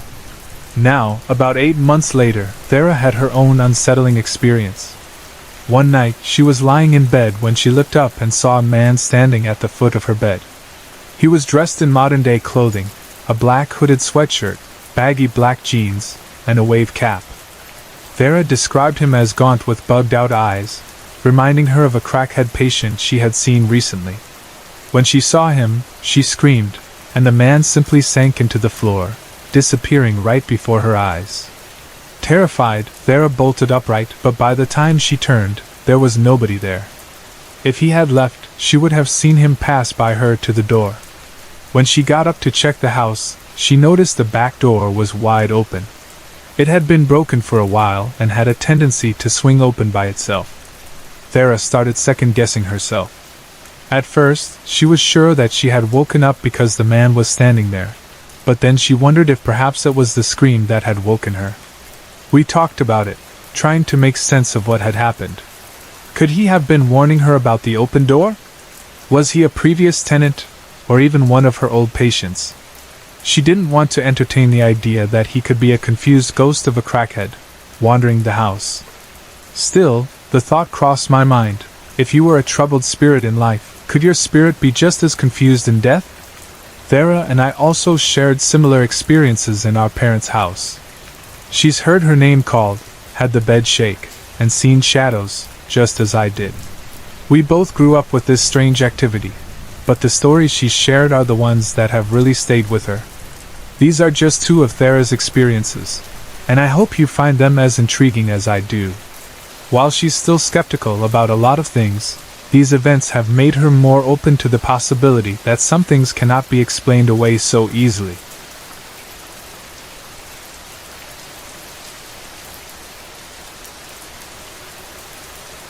When I was married to my now ex-husband, we decided to buy a house. We had 2 small children and needed more room. After some searching, we found a double-wide trailer that was only a few years old and in pristine condition. I wasn't initially keen on it, but my ex loved it. The moment I stepped inside, though, the atmosphere felt thick, almost suffocating. From past experiences, I recognized it as a bad omen. I told my ex that something wasn't right with the house and suggested we keep looking. But, as usual, he didn't listen to me. We moved in, and for a while, things seemed quiet. I went to work, and my stepdad came by every morning to watch the kids. But after about a week of watching them, my stepdad started getting anxious to leave as soon as either my ex or I came home from work. I noticed this change in him and decided to talk to him about it. I asked him why he was rushing out so quickly. He told me that around 9 a.m. every day, he would hear the back door open, followed by footsteps walking through the den and the kitchen, eventually stopping in the living room where he was. He also heard voices throughout the house when he was there alone with the kids. No one else should have been in the house. I was unnerved by this. He confirmed my suspicions that something was wrong with the house, but I didn't want to lose him as a sitter, so I told him I'd talk to my husband and figure out a plan. The situation escalated the following weekend. My car broke down on the road near our house, and my husband was behind the wheel when the car suddenly stopped moving. It was about midnight, and we lived on a country road. Up the street from where the car stalled was an old, abandoned AME church. My husband got out of the car, but as he stood there, he felt a strange sensation, like someone was right behind him. When he turned to look, the feeling of being pursued only intensified. He started running and, he said, it was as if something was chasing him. He nearly broke down the door when he reached the house, trembling and sobbing, unable to speak for a few hours about what had happened. That Sunday night, my husband went into work for his 3rd shift, leaving me alone with the kids. My 4-year-old son kept telling me about this thing he saw in his room at night. He said it was a man dressed in black, and that it made him feel scared. I reassured him that no one else was in the house, tucked both boys into bed, and went to sleep myself. Around 1 a.m., I heard a noise coming from the boys' room. I assumed one of them had gotten up and was coming to climb into my bed. This mildly irritated me, as I knew it meant I'd be kicked and pummeled all night long. I lay in bed with my back turned to the door. I heard little footsteps moving through the living room, and the door to my room creaked open slightly. Without turning around, I said, "Come on, Nick, get in bed with Mama." I waited for him to come closer, but there was no child. I turned to look. There was no one in my room. I checked their room, and both boys were sound asleep. The whole situation struck me as odd, but I brushed it off. Things stayed quiet for a few months after that. However, I started noticing that my husband and I were having more frequent, nasty fights. He started drinking more and became more abusive toward me. We had never fought like this before, and certainly not in the way we were now. One night, after a particularly brutal fight, the kids told me something strange. After my husband stormed out and went to work, I went in to check on the kids. Thankfully, they were both asleep. I went to bed, still upset, and was ready to leave with the kids to stay with my mom until everything blew over. I fell asleep and didn't wake up until the next morning. When I did, both kids were in my bed, crying hysterically. I calmed them down and asked what was wrong. My oldest son told me that, in the middle of the night, they both woke up scared and tried to come to my room. But when they saw the man in black standing by the front door, they ran to get in my bed. As they tried to get in, the man came toward them and threatened to hurt both of them and me. My son described the man as short and squatty, like an old frog.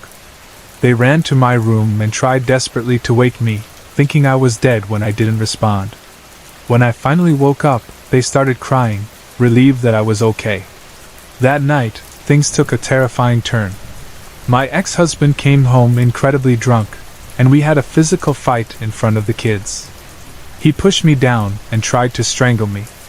I could see in his eyes that it wasn't him anymore, that something else had taken over. It was like his soul was no longer in control.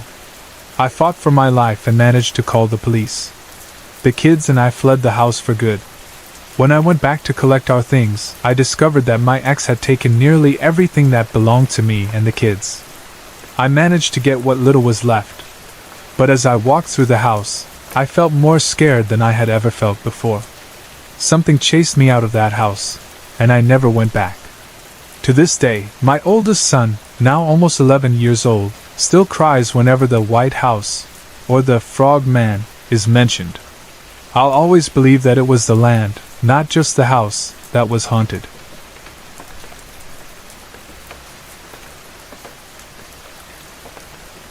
We had a busy holiday season this year, or rather, I did.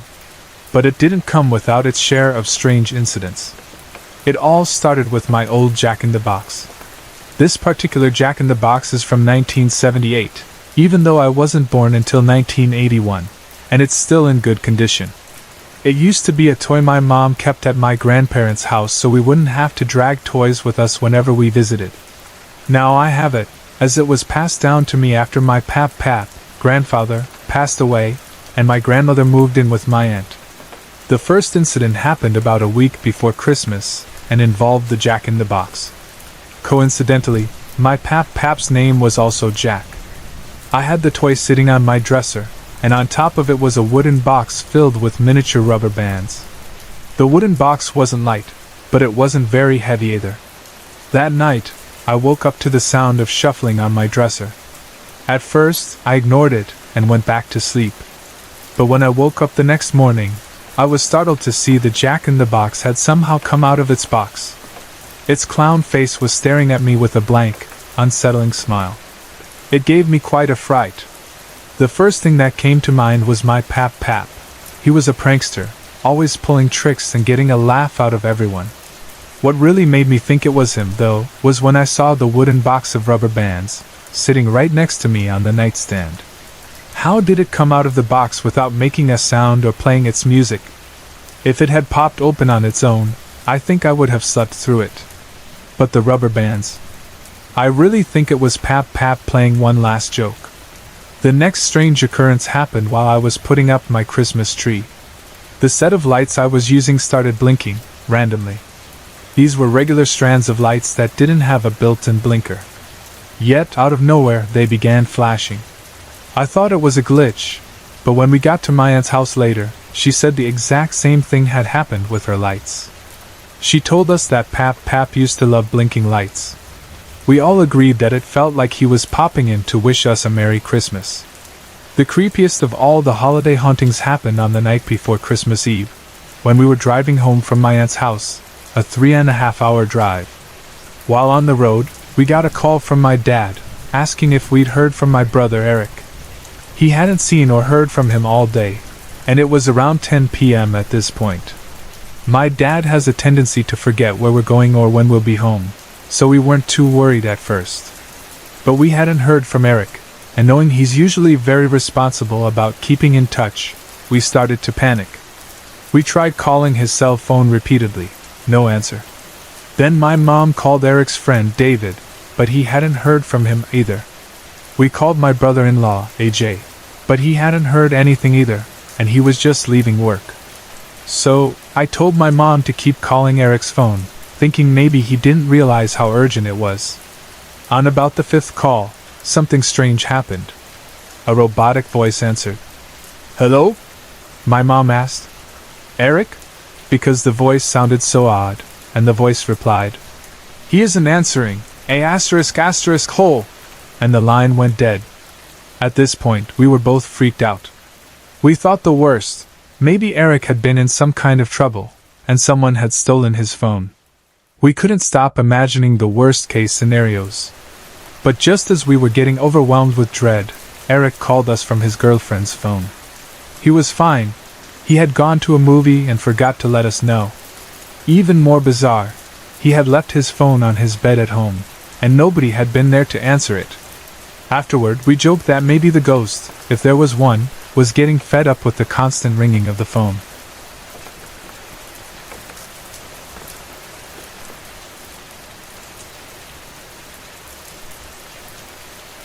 I first noticed something unusual when I would occasionally watch my oldest sister's 3 kids. This would have been in the late 1960s, when they lived in an apartment. At first, everything seemed fine. But once I was left alone with the children, a girl and 2 boys, around the ages of 4, 3, and 1, something felt off. During the day, when the kids were awake and playing, there was no problem. But at night, when they went to bed, I'd feel a deep sense of panic. What made it worse was the constant sensation that something was trying to choke me. I remember telling my mother about this feeling. She had her own strange experiences, which I wrote about in another post titled Mr. X's Story, but her response to mine was odd. She simply said, "Maybe you're afraid of being choked to death." It didn't make much sense to me. If that were true, why didn't I feel the same way in other places? At the time, I was a teenager, and I was honestly relieved when my sister and her family moved out of that apartment. But strangely enough, that choking sensation came up again in other places, rarely, but whenever something just didn't feel right. Over the years, I've also had a couple of strange dreams that seemed to predict the future. The first happened when I was 14. I was staying at a friend's house and had a dream about a place I had never seen. In the dream, the house had 2 staircases, one at the front and one at the back, side by side, separated by a wall. The back staircase was a spiral. Inside, there was a room with tons of books, a desk, and a bed. The next day, my friend suggested we visit another friend's house, one I had never been to. When we got there and went upstairs, I noticed the same spiral staircase I had seen in my dream. And when I walked into my friend's room, I realized it was exactly the same as the room from my dream, right down to the books and the bedspread. This was no coincidence. Our friend was an avid reader, so the books weren't surprising. The other dream I had was much darker and more serious. It happened in late May 1990. I dreamed someone was coming into my bedroom holding a knife. At the time, I brushed it off as just my mind playing tricks, maybe a result of some past trauma. A year before, I had been the victim of a break-in and assault around the same time of year, so I thought it was just a recurring memory. Then, the following Saturday morning, just before Memorial Day, something happened. I was woken up by my dog, who was barking like crazy. As I sat up in bed, I saw a man coming through my bedroom door holding a knife. My dog, a German Shepherd/Labrador mix, was behind him, still barking.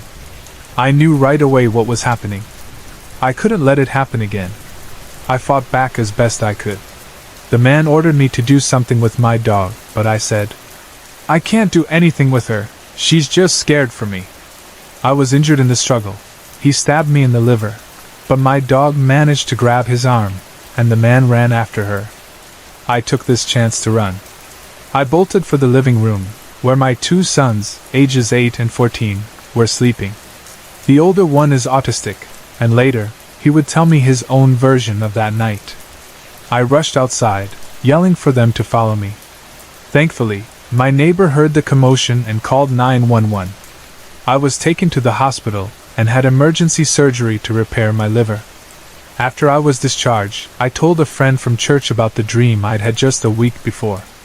His reaction was, "Wow, he must have been giving off some strong vibes for you to pick up on that." My younger son told me what he remembered about that morning. "Mommy, I heard you yelling and Fizz barking. You were shouting, 'Get him, Fizz! Get him!' I thought maybe a field rat or a possum had gotten into your room. I tried to get up, but I felt something holding me down. It's strange. Was it sleep paralysis? Or was something else protecting him, keeping him from waking up to the danger?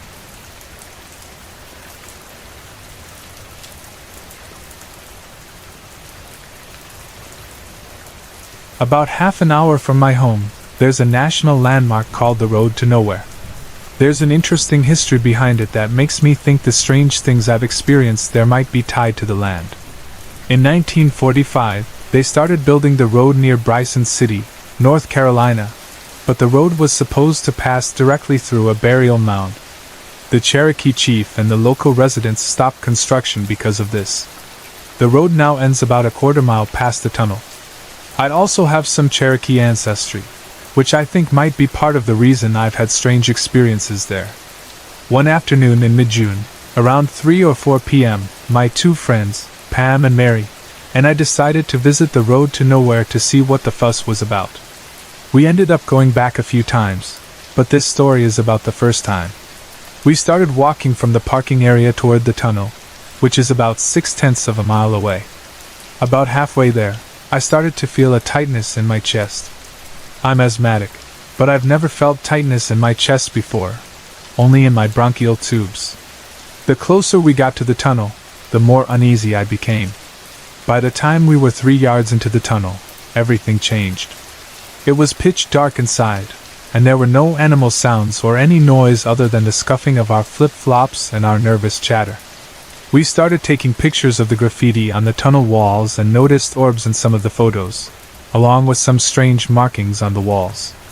As we walked through the tunnel, I looked straight ahead toward the other side and saw two robed figures standing there, beckoning to me. I asked my friends if they saw them, but they didn't. I prayed to God for protection and asked my ancestors to watch over us.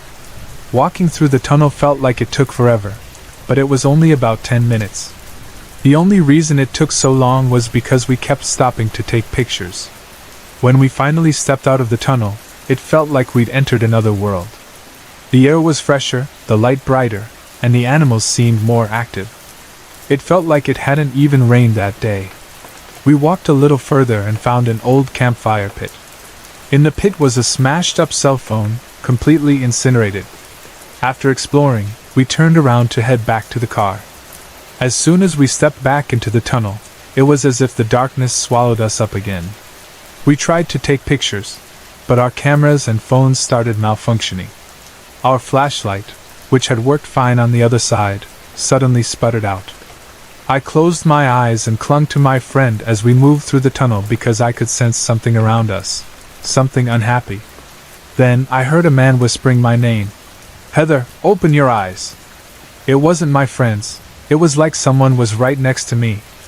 I didn't open my eyes until I could see light through my eyelids at the end of the tunnel. My friends didn't hear anything at all. Once we were out of the tunnel, we stopped to look at the pictures we'd taken, and everything on our equipment was working again. That's when I saw something strange. People in the woods, dressed in buckskin. I called out, "Hello?" and a child waved at me. I heard a giggle, but my friends didn't see or hear anything.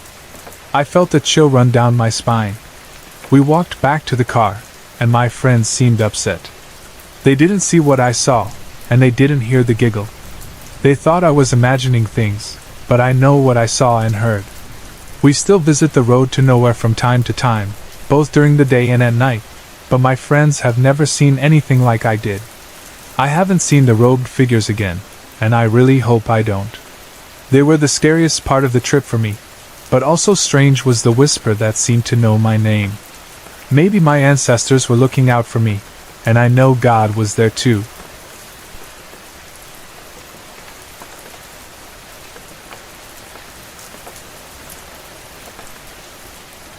I've always been sensitive to the supernatural, though I didn't fully pay attention to it until my favorite great-grandmother passed away.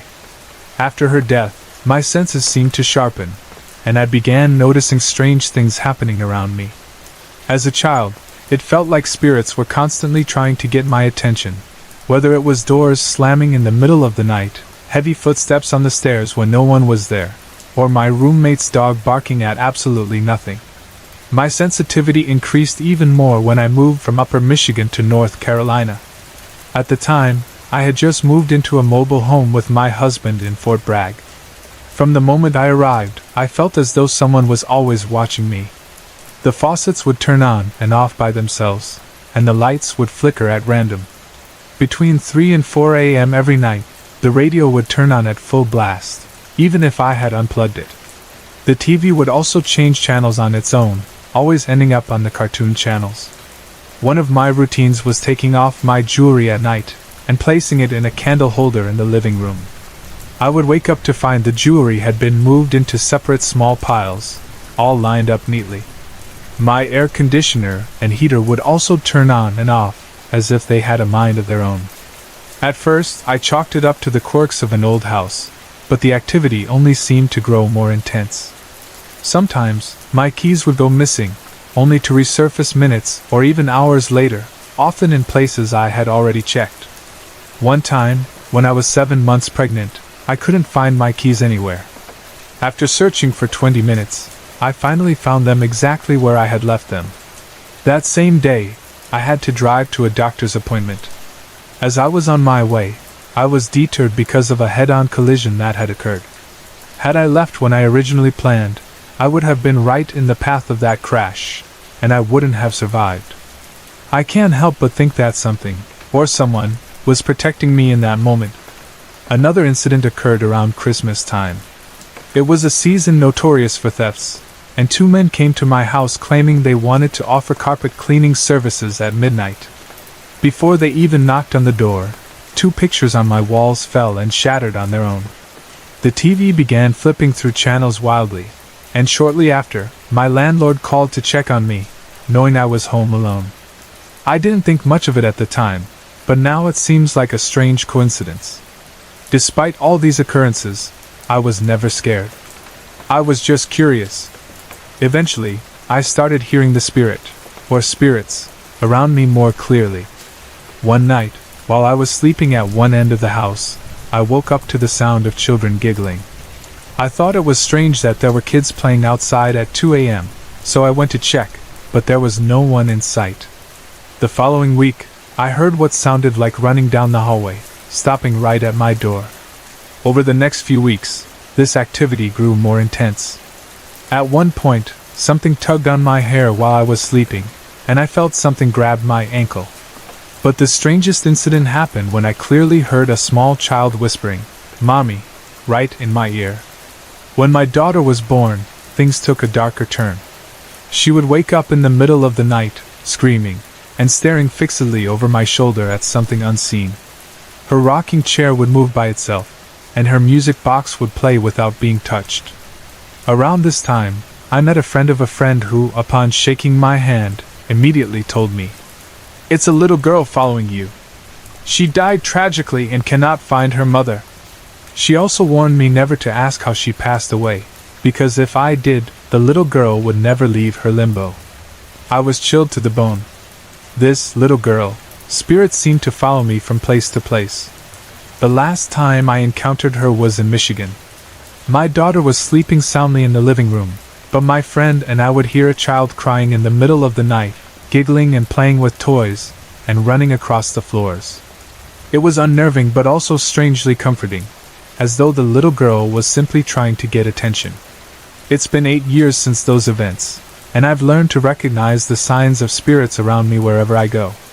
Ironically, the home I'm renting now is located on an old Air Force base. At first, I didn't sense anything unusual, but now, the water is turning on and off by itself again, and the lights are flickering, just like they did in my old home.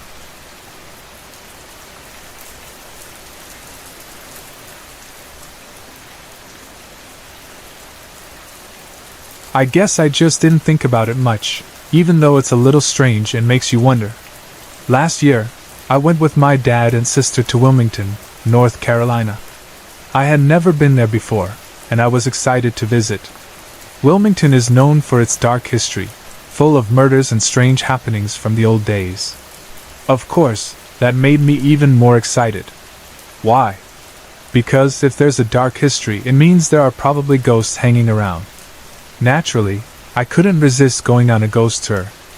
I convinced my dad to agree, and I didn't even have to ask my sister. She's a brave little 8-year-old. So, off we went on our ghostly adventure.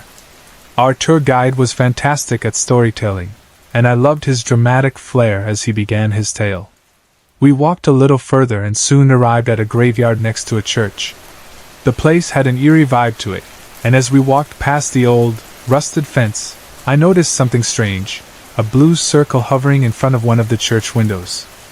I squinted, trying to figure out what I was seeing. At first, I thought it might be a light from inside the church. But then I started to wonder why a completely dark church would have a blue light glowing in one of its windows. It didn't make sense, and I found myself distracted, trying to figure out the source of this mysterious blue light. I was missing part of the story the tour guide was telling, but I still tried to pay attention. As he continued, I learned that the story he was telling was about a man named Sam who lived in Wilmington during the 1800s. On one cold, dark night, Sam had a fight with his fiancée. To cool off, he decided to go for a ride on his horse. The horse was running fast when Sam hit a thick branch from the trees above with his head. He fell from the horse and landed in the icy snow. A search party was sent out that night, but Sam wasn't found until the next day. When they discovered him, he was declared dead. They found his body face down in the snow with a large gash on his forehead. He was buried in the graveyard next to the church, but what they didn't know was that Sam wasn't really dead. He was still alive, trapped in a coma. Sam had a close friend named Alexander. That night, after Sam was buried, Alexander woke up to see Sam standing at the foot of his bed. Terrified, Alexander asked what Sam wanted. Sam told him to go dig him up. Alexander was confused but did what his friend asked. He went to the graveyard with a shovel and started digging. He dug until he hit the coffin, then opened the lid. To his horror, he found Sam's body face down. But the most chilling part was that Sam's fingernails were stuck in the wood of the coffin. He had been trying to claw his way out, because he had woken up in the dark, realizing he had been buried alive. Sam had survived, and he had gone to Alexander to help him escape. The tour guide finished by telling us that a paranormal investigation team had once visited the graveyard. They had caught blue orbs on their footage, what they called bugs, floating around the area. I got chills up my spine when I heard that. It was then that I realized, earlier, when I had seen that dark blue orb hovering by the church window, it was likely connected to the very story the guide had just told. When I got home from Wilmington, I couldn't shake the thought of the blue orb. I went online and searched the meaning of colored orbs. When I looked up dark blue orbs, the website listed 3 meanings: shielding, shyness, and survivor instinct. I froze in front of my laptop. My mouth fell open. The meanings made perfect sense. Sam, having been buried alive, had fought to survive, and that's exactly what his spirit was doing, surviving, reaching out from beyond.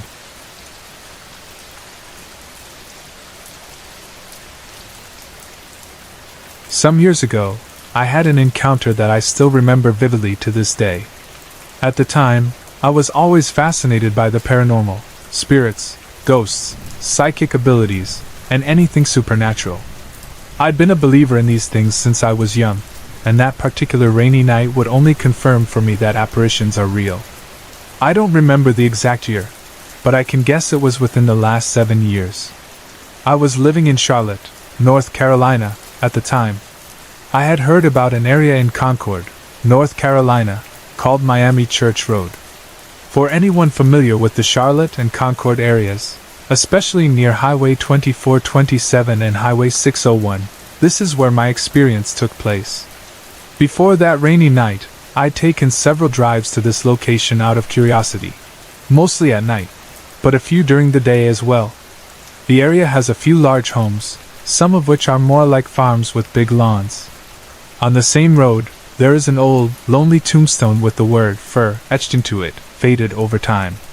I was always intrigued by the supernatural, so these drives were fun for me. Most of the time, nothing strange happened, except for one night when I took a night vision scope I had bought specifically for such occasions and aimed it at the tombstone. To my surprise, the tombstone had an eerie, faint glow about it. I also noticed some strange markings on the stone, but I brushed it off, assuming it was just glare from the scope or something I couldn't explain. Curiosity still had a hold on me, and on a rainy night after that, I decided to drive out again. I had nothing else to do, and the weather only seemed to add to the mystery of the place. I drove from Charlotte down Highway 2427, Albemarle Road, toward Highway 601.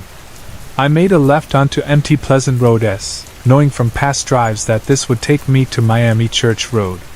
The area around empty Pleasant Road S is old, with lots of wooded patches and rundown houses that looked abandoned.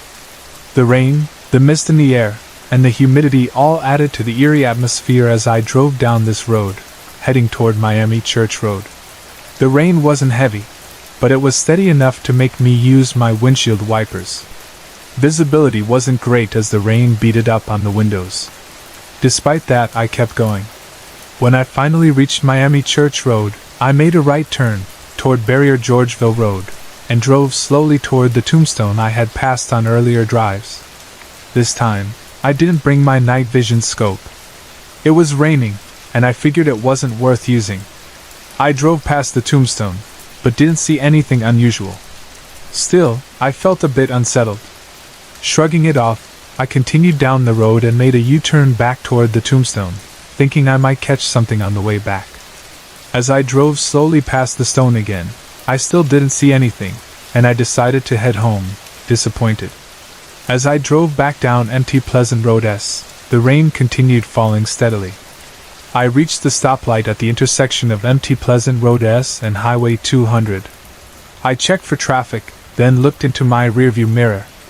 That's when I saw it. I was stunned.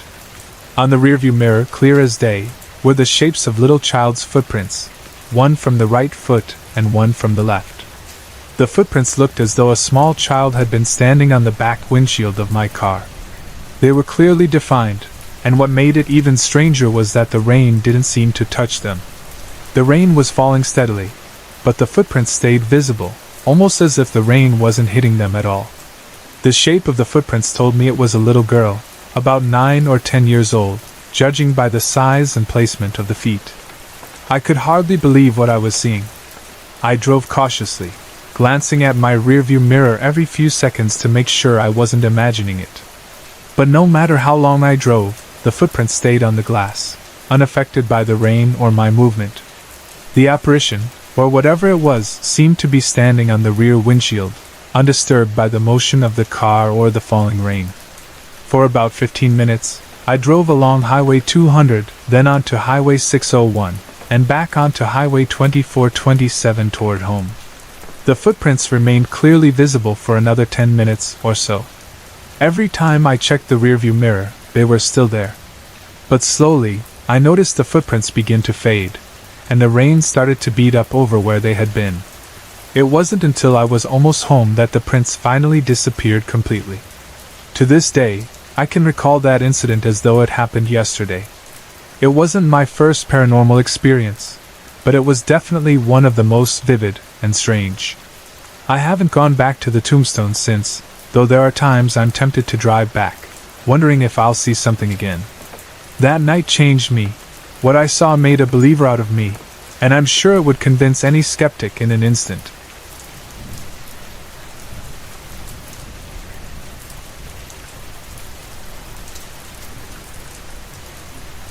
I recently took a concealed carry class at a local gun store.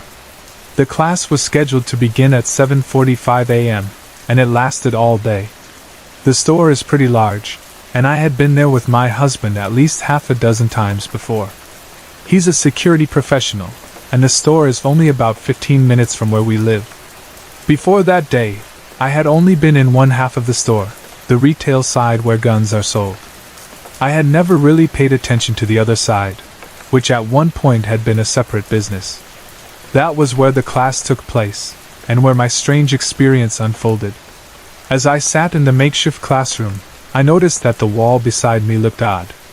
It seemed like it had once been a large storefront window or maybe a bay where trucks or cars could back in. Now, it was bricked up and painted an unpleasant shade of aqua green. I don't know if it was the bricked up wall or something else, but I felt unusually uncomfortable staring at it. Before the class began, we were encouraged to use the bathroom and get some coffee. There were 2 unisex bathrooms that were similar to what you'd find in a private home, just a commode, a sink with a vanity and mirror, and a typical ceiling light. I went into the bathroom on the right. I stood at the sink and turned on the tap, but no water came out. I turned it off, then on again, still no water. Then, quite strangely, the water began to trickle out of the tap. It lasted only about 3 seconds before the water suddenly blasted out with so much force that it splashed onto the sink and even onto my clothes. I quickly dried my hands, shut the door, and left, trying to brush it off. 2 hours later, we took a break, and I went back into the same bathroom. I locked the door and lifted the commode lid. As I did, the overhead light flickered, almost like someone was messing with the light switch.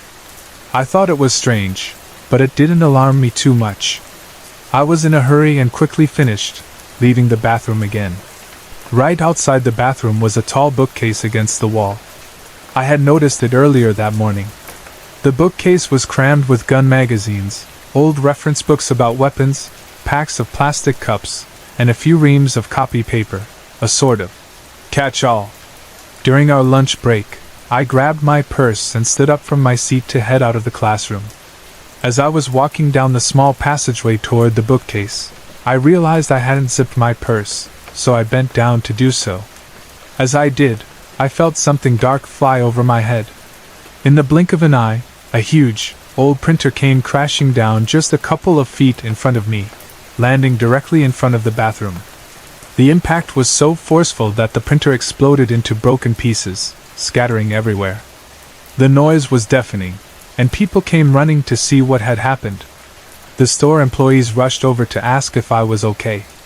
Luckily, I wasn't hurt, but the scariest part of this whole thing was when they told me they didn't know where the printer had come from. None of the employees could remember it being on the bookcase. What was even more alarming was that there wasn't an empty space on the bookcase where the printer could have been. The shelves were packed. There was no place for it to have been sitting. So, where had it come from? And why did it happen to me?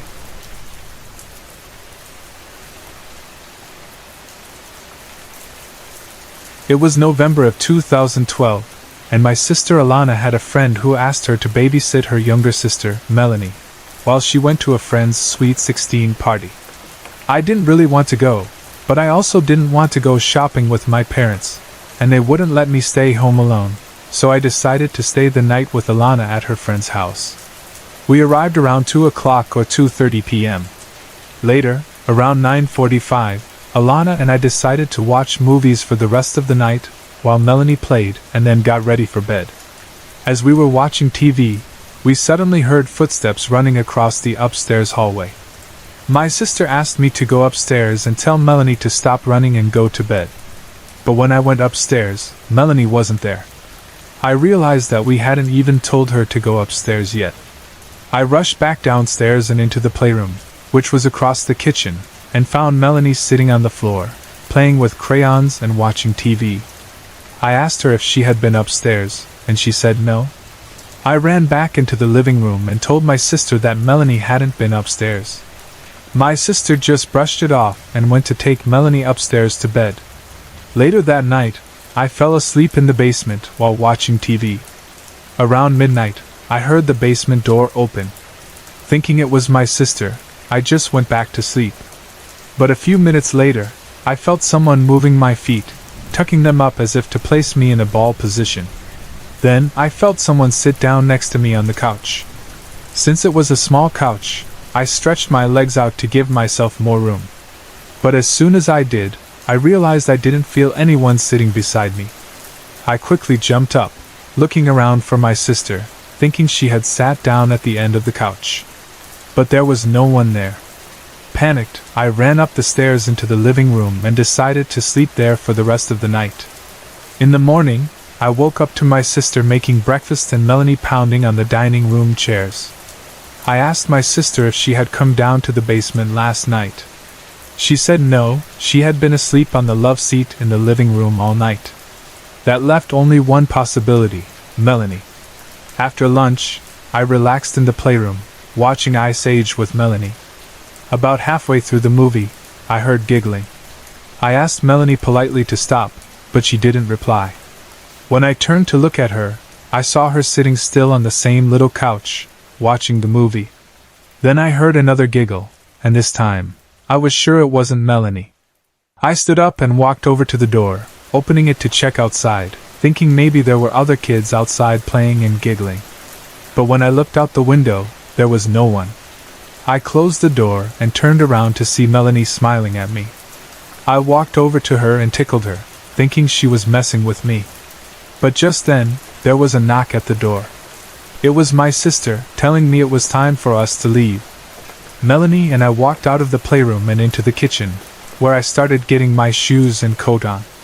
Before we left, my sister asked me to turn off the TV and the lights in the playroom. I put down my bag of clothes and headed back to the playroom. But when I opened the door, I found that the TV and lights were already off. I stood there for a moment, trying to make sense of it, wondering if I had really been alone the entire time I was there. A few days later, my sister asked her friend's mom if she had ever noticed anything strange happening in the house. To my surprise, I wasn't the only one who had heard odd noises that night. The mom told us that her son, Barry, who was 7 at the time, had passed away in his sleep in that very playroom where Melanie and I had been playing.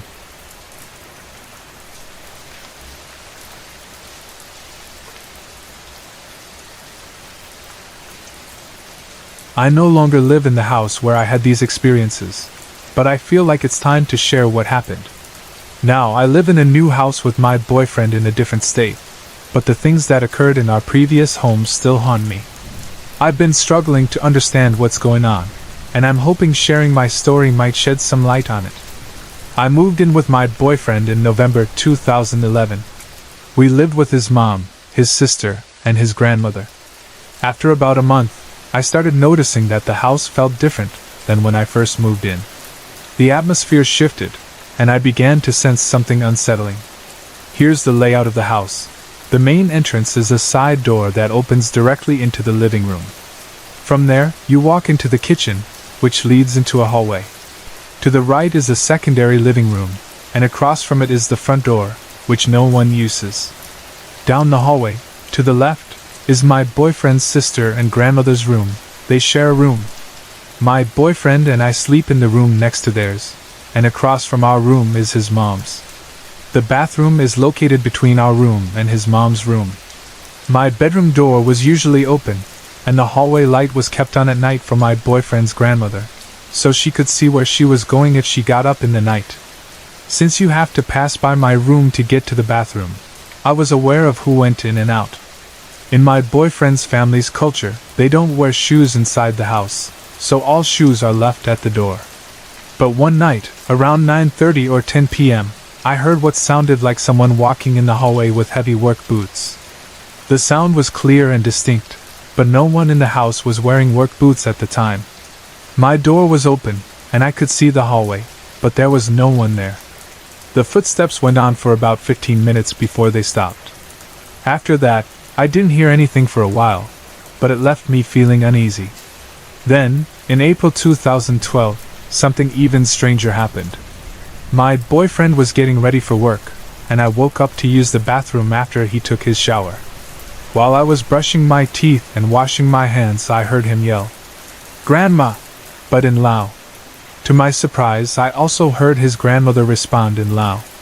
The weird part? I don't speak Lao, and neither does my boyfriend's grandmother speak English, yet I understood every word. They weren't just talking, they were yelling at each other. It was loud enough that I could hear it from the bathroom. When I finished and went back to our room, I asked my boyfriend why he and his grandma were yelling at each other. He looked confused and said he never called for her, and that she was still asleep. I was left completely freaked out by this.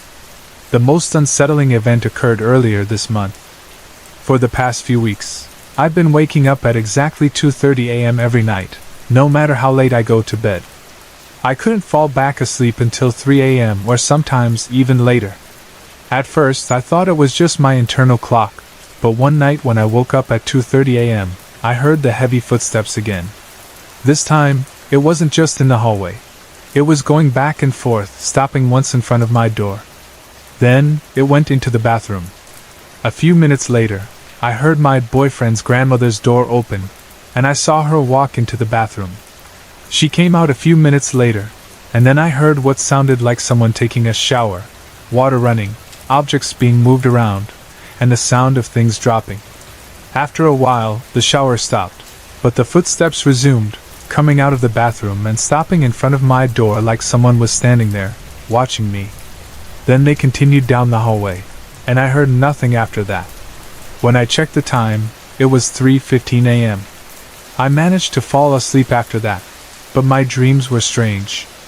I practice Santeria, and my religion involves protective saints. That night, I had a dream where I was being possessed by my protective saint, Yumaya.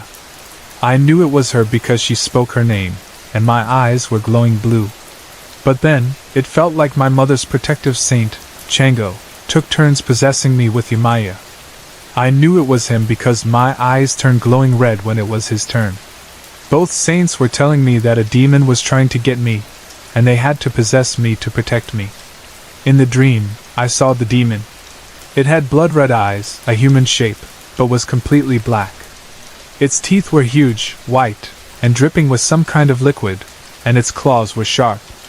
It was terrifying. The strangest part of the dream was that I found myself in a large, white room with an endless dining table full of fruits, and Michael Jackson was there. I was being possessed by Yamaya and Chango, and they were talking to Michael Jackson, making plans to protect me from the demon. It was bizarre and unsettling, and it happened every time I was possessed in the dream. When I woke up at 5 a.m., I used the bathroom and tried to go back to sleep, but it was difficult. I felt like something or someone was in my room watching me. The covers felt warm, but then I suddenly felt a cool sensation on my hands. It was only my hands that felt cold. Then I felt my blanket being lifted slightly, but when I looked, there was nothing there. I felt extremely uncomfortable and couldn't sleep. It felt like there was bad energy in the room. When I told my mom, who lives in another state, what was happening, she suggested I sleep with a blue or white cloth over my head, as those are the colors of my protective saints. I tried that, but it didn't seem to make any difference. I still feel like someone is watching me, and the strange dreams continue. I've been told that I'm very sensitive to the spirit world, but I don't know what to do about this.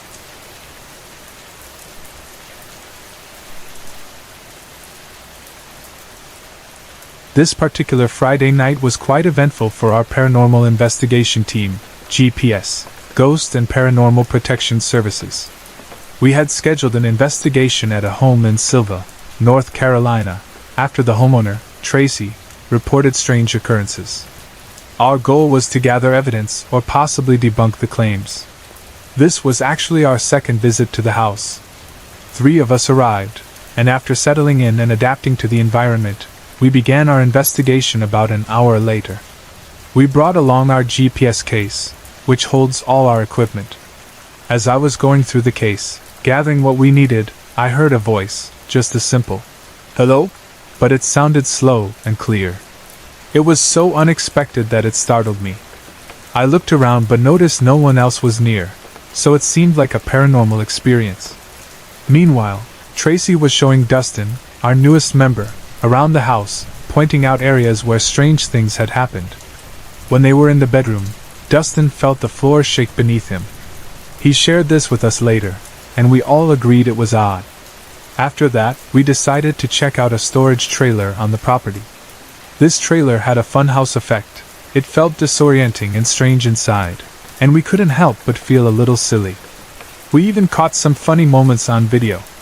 While we were in the trailer, Tracy and I saw bright lights flashing outside. It was Tracy's mother's car, which blinked its yellow lights twice, followed by a third blink, and then the interior light came on. Only Tracy and I noticed the lights.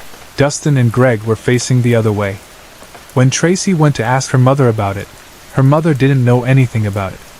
She even went to check her keys, but they were mysteriously missing from her purse. No one had touched them. We caught the lights on video, but we couldn't explain why the car acted that way. Tracy's mother was confused but not upset, just puzzled. Afterward, Tracy came back to tell us her mother hadn't touched the keys, and we decided to head outside to talk to her. Dustin, eager to join Tracy outside, rushed out the door, but there were no steps leading down, just a drop. He ended up tripping over the trailer hitch and fell into a patch of sticky bushes. Thankfully, he wasn't hurt, except for a small scratch on his leg. It was a crazy fall, and we were relieved he wasn't more injured. As we stood outside, recovering from the strange moments of the night, I suddenly felt warm fingers touching me, one on my right shoulder and another on my left leg. It was odd, and definitely unsettling. Something strange was definitely going on that night. Soon after, Dustin and Tracy heard a loud bottle pop noise coming from the darkness near the bushes by the highway. Later, when Dustin was alone outside taking a break, he felt what he described as something crawling up his leg, like a large spider or bug. He shared this experience with us, and it seemed to match the touches I had felt earlier.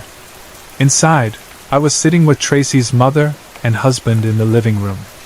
Suddenly, I heard a loud PSSSD right behind my left ear, close to the door. I looked around, but no one was there. I mentioned it to Tracy's husband, who hadn't heard anything. It was so loud, it was strange that no one else heard it. We couldn't explain it, but it was just another odd moment during the investigation. We had voice recorders running throughout the house. One was left in the storage trailer, but it turned off 1 minute after Greg placed it on a table. We heard footsteps, and then the recorder was shut off. It was strange because we thought it was recording the whole time, but it had stopped without anyone touching it. In Tracy's bedroom, the K2 meter showed some activity, but we later figured out it was caused by the computer system in the corner of the room.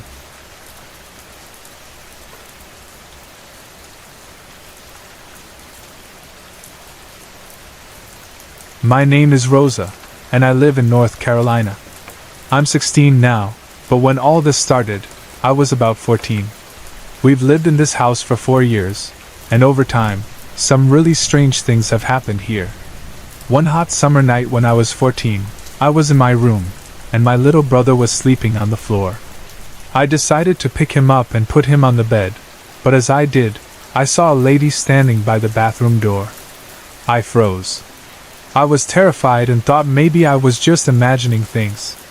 I stared at her for a while, and she just stared back at me, unmoving. I wasn't sure how to react, so I quickly turned away, hoping maybe I'd just imagined it. When I turned back, she was gone. She was wearing a long white dress, with dark black hair, and her skin was pale. That was my first experience. About a month later, my dad mentioned that he had seen the bathroom trash can move on its own. Later that day, my aunt, who had just come from California, was visiting. I was sitting across from her, next to my dad, when I saw a plate move on its own. I thought maybe I was just seeing things again, but my dad saw it too. We were both freaked out, but we didn't really talk about it much after that. One night, my dad had to go to Mexico for an emergency, so it was just me and my mom alone in the house. It was around 3 a.m. when I heard someone open the main door. I heard heavy footsteps, like someone was wearing boots. I thought maybe my dad had come home early or had forgotten something, but then I heard the person sit down on the couch. Our couch squeaks every time someone sits down, and I heard it squeak. Then the footsteps started again, walking down the hall. I was too scared to move. The footsteps stopped at my bedroom door and then kept going. I could hear it move to my sister's room, and then everything went quiet. I woke up my mom, and we looked around the house, but there was no one there. My mom said that she sometimes hears heavy footsteps like that too, especially when my dad would leave for work early in the morning. A month ago, my sisters and I were home alone. We were just sitting on the sofa, watching TV when we heard what sounded like someone trying to open the door. We looked out the window, but no one was there. Then, the spoons in the pan we just washed fell off the counter. We thought maybe it was just because we had just finished cleaning, but then the TV turned off and back on, by itself. I knew it wasn't on a timer because if it was, it wouldn't have turned back on like that. I told my mom and dad, but they didn't believe me. Then, a few minutes later, the TV turned off and on again. They thought it was just a power surge, but I knew it wasn't, because the computer didn't shut down or restart. Last summer, my dad, my other sister, and my brother went to Mexico for vacation, leaving my mom, my sister, and my baby sister at home. My mom said they heard someone knocking on the door, but when they looked out the window, no one was there. The knocking continued for a while, but they didn't open the door because they couldn't see anyone outside. My mom said it wasn't the first time something like that had happened. Just last week, I went to the bathroom, and I saw the curtains move on their own. Then, the toilet paper fell off the roll. It was strange. I went back to my room, but I couldn't sleep that night. I'm not sure if all this is caused by a spirit or a ghost, but I don't think it means any harm. At least I hope not. The only time I got really freaked out was when I heard those heavy footsteps. It sounded like boots. After that, nothing strange has happened, so maybe it's over. But who knows?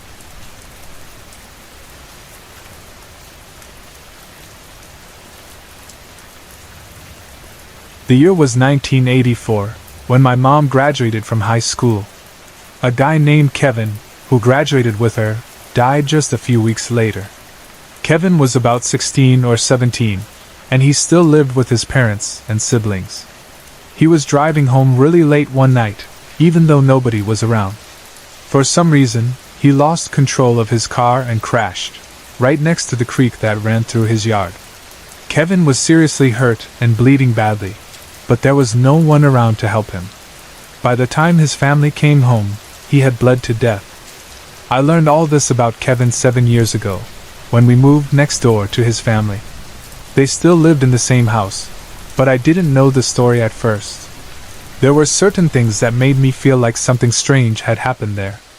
Just a few days ago, someone told me that Kevin had died in that house, and it all started to make sense. My best friend lives next door, so we're always hanging out at each other's houses. One day, we were playing in the woods behind our houses when I noticed something odd in my neighbor's yard. As we got closer, I saw 2 cars. One was an old, beat-up car, and the other was a hearse. It freaked us out, and I looked away, thinking maybe we were just seeing things.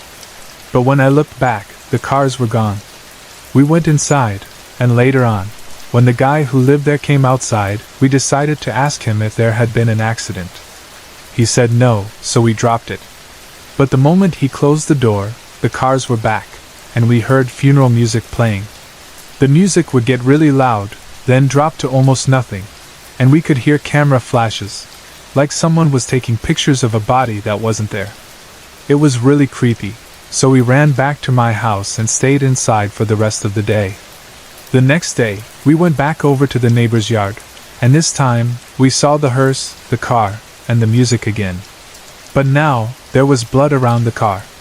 The hearse door would open, then close, then open again. We also heard crying.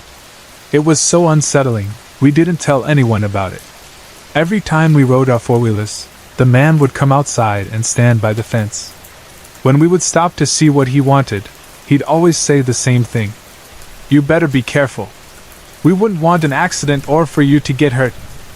The way he said it was so strange, so eerie, that I started avoiding the area for a while. Then I found out about his son, Kevin, and everything started to click. The weird things, the accidents, the strange music, it all made sense now. But even knowing the story, we still didn't feel comfortable going back there. There were other strange things too, like the sound of a car engine running, followed by a loud crash, and then complete silence. We also heard voices we couldn't understand, and saw shadows moving around, but no one was there. These things didn't just happen to me and my friend, but also to 2 of my other friends and my cousin. We all experienced it, but we never talked about it much. It just felt too weird. After that, we stayed away from that house and the strange events that seemed to follow it.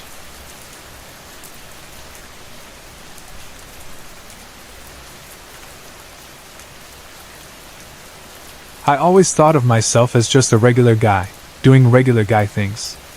I'd go to work every day, and after work, I'd play basketball, hang out with friends, and drink beer, just the usual stuff. But sometimes, at the end of the day, my mind would drift, and I'd think about my nights. One night, I fell asleep like any other night, but when I woke up, something was off. I found myself sitting in the back seat of a moving car. It all felt so real. There were 3 people in the car with me, but they weren't moving, just sitting there still. I couldn't make out their faces, but I felt their presence. It was like closing your eyes and sensing someone standing next to you. That's when I realized I wasn't alone. My dead grandfather was driving, my grandmother was sitting in front of me, and my dead father was beside me. The night outside was clear, and I could see for miles. But those 3 spirits in the car were completely motionless. Panic hit me, and I screamed, "Let me out!" The car pulled over, and I jumped out. I found myself standing on the sidewalk. The streets were wet, and there was the fresh smell of rain in the air. As I walked toward a streetlight, the road seemed to sparkle, almost like diamonds. For a moment I felt a sense of safety, like I was free from the car, but deep down, I knew something wasn't right. I felt like I had died and ended up in another world, a place I didn't understand. I had to find a way out. I noticed a small shop on the corner and walked inside. It looked like an antique store, and it smelled just as old as it looked. There was only one man inside. I didn't know what to say to him, so I made small talk and asked about the store. He then asked if I wanted to buy something for my home, but the truth was, I didn't even know where my home was. I didn't even know who I was anymore. "No," I said, but as I turned to leave, I saw something that stopped me cold. At the far end of the shop stood 2 familiar figures. It was my grandmother and grandfather, standing silently and staring at me. And that man? He wasn't just any man, he was the spirit of my dead father.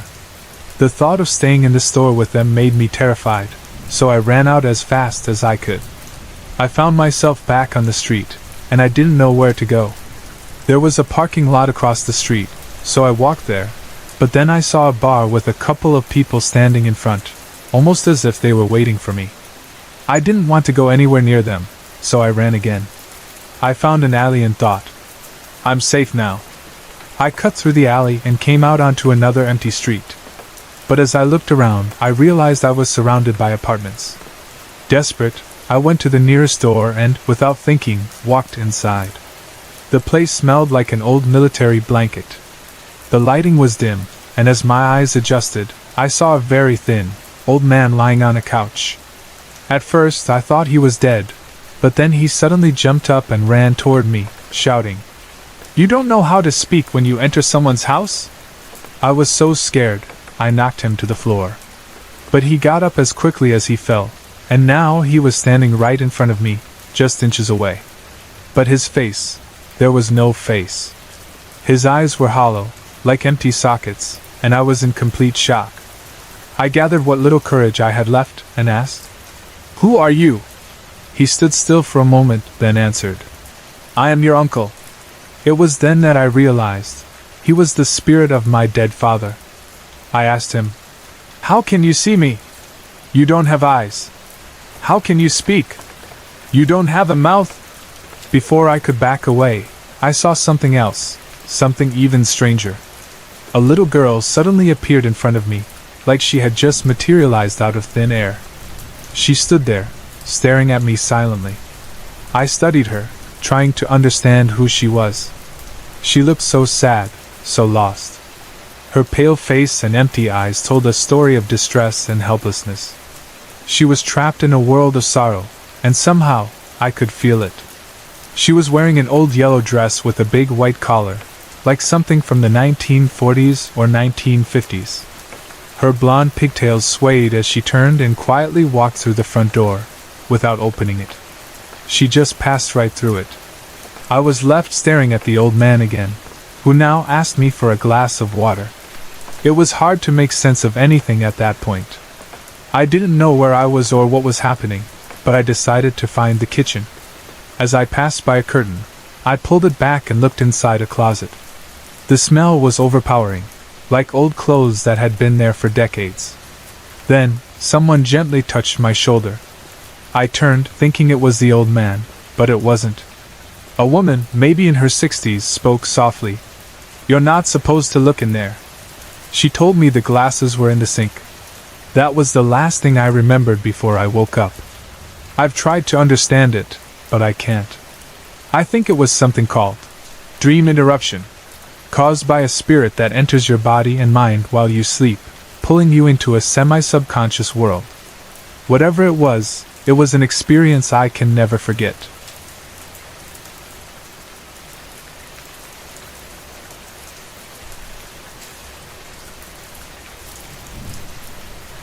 I think a spirit might be trying to reach out to me.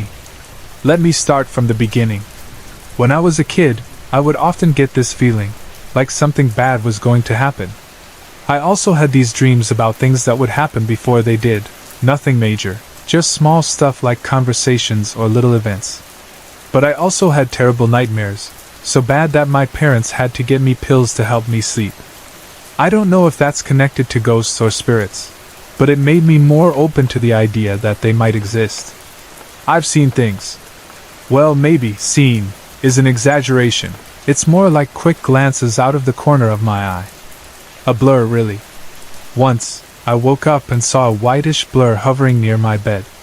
I wear glasses, so it was probably just a blurry figure, but I thought it was just the after effects of a dream. No big deal. But then, a few days later, I saw the same blur in my bathroom while I was taking a bubble bath.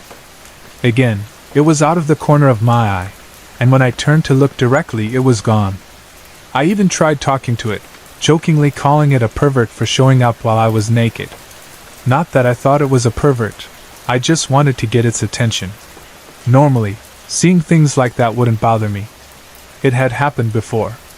Once, when I was little, I saw an old man mowing my neighbor's yard, but they didn't have an old man living there. I described him to my mom, and she told me that there had been a man who lived down the street like that, but he had died a few years ago. I didn't think much of it. Maybe it was his brother or someone who looked like him. Another time, I saw a woman in a white dress brushing the steps of a house from the back seat of the car with my parents and brother. I told them about it, but they said they hadn't seen anything. There wasn't even a house there. I still argue with them every time we pass that spot, but they laugh it off. Whether I was seeing spirits or not, I didn't know.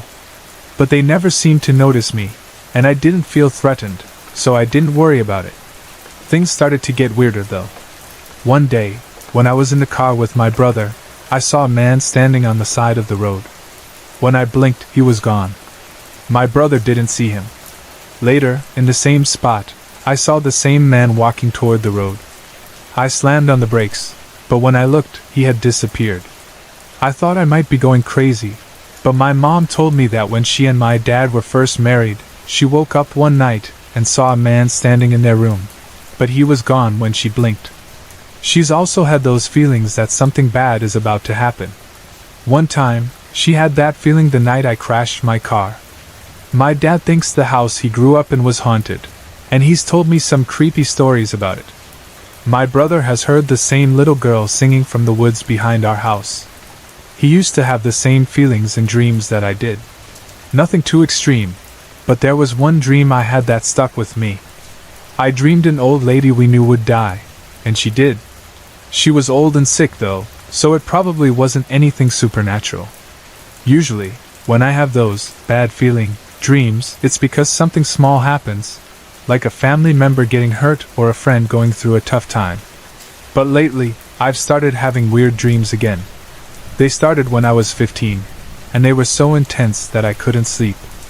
I've had them on and off for the last 3 years, and the on periods always come with headaches, dizziness, and this general feeling that something's off. In these dreams, I talk to a man.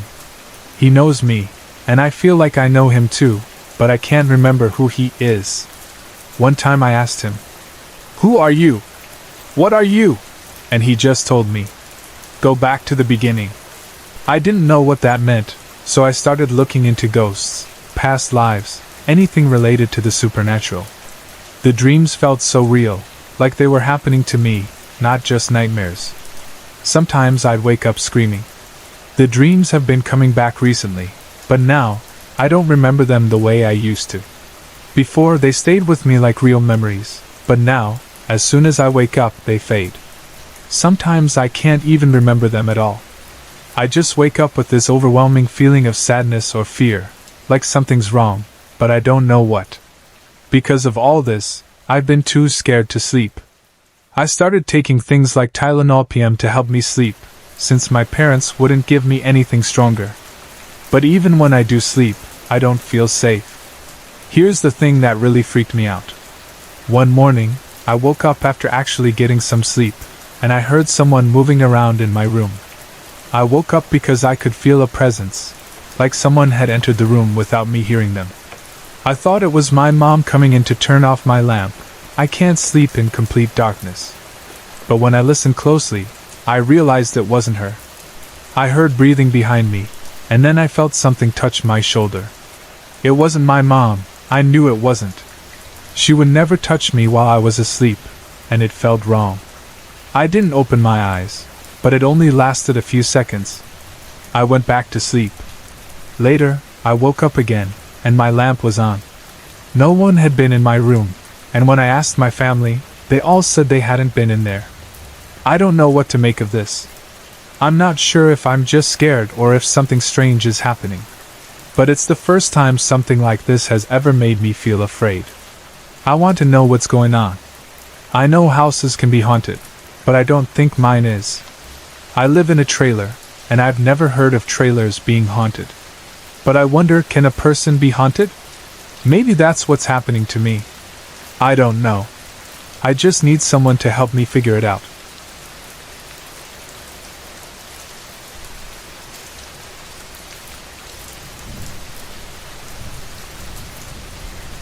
The first thing happened when I was 4 years old.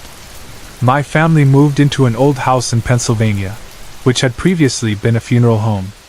Thankfully, I was too young to appreciate how creepy that was.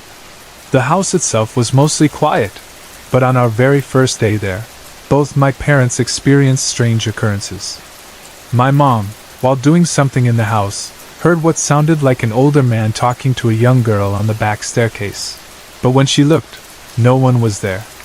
That night, my dad woke up and saw a young girl walking past their bedroom door. I was 4, and my sister was 6, and our rooms were upstairs. My dad was worried we might get confused in the dark and fall down the stairs, so he decided to follow the girl, thinking it was one of us.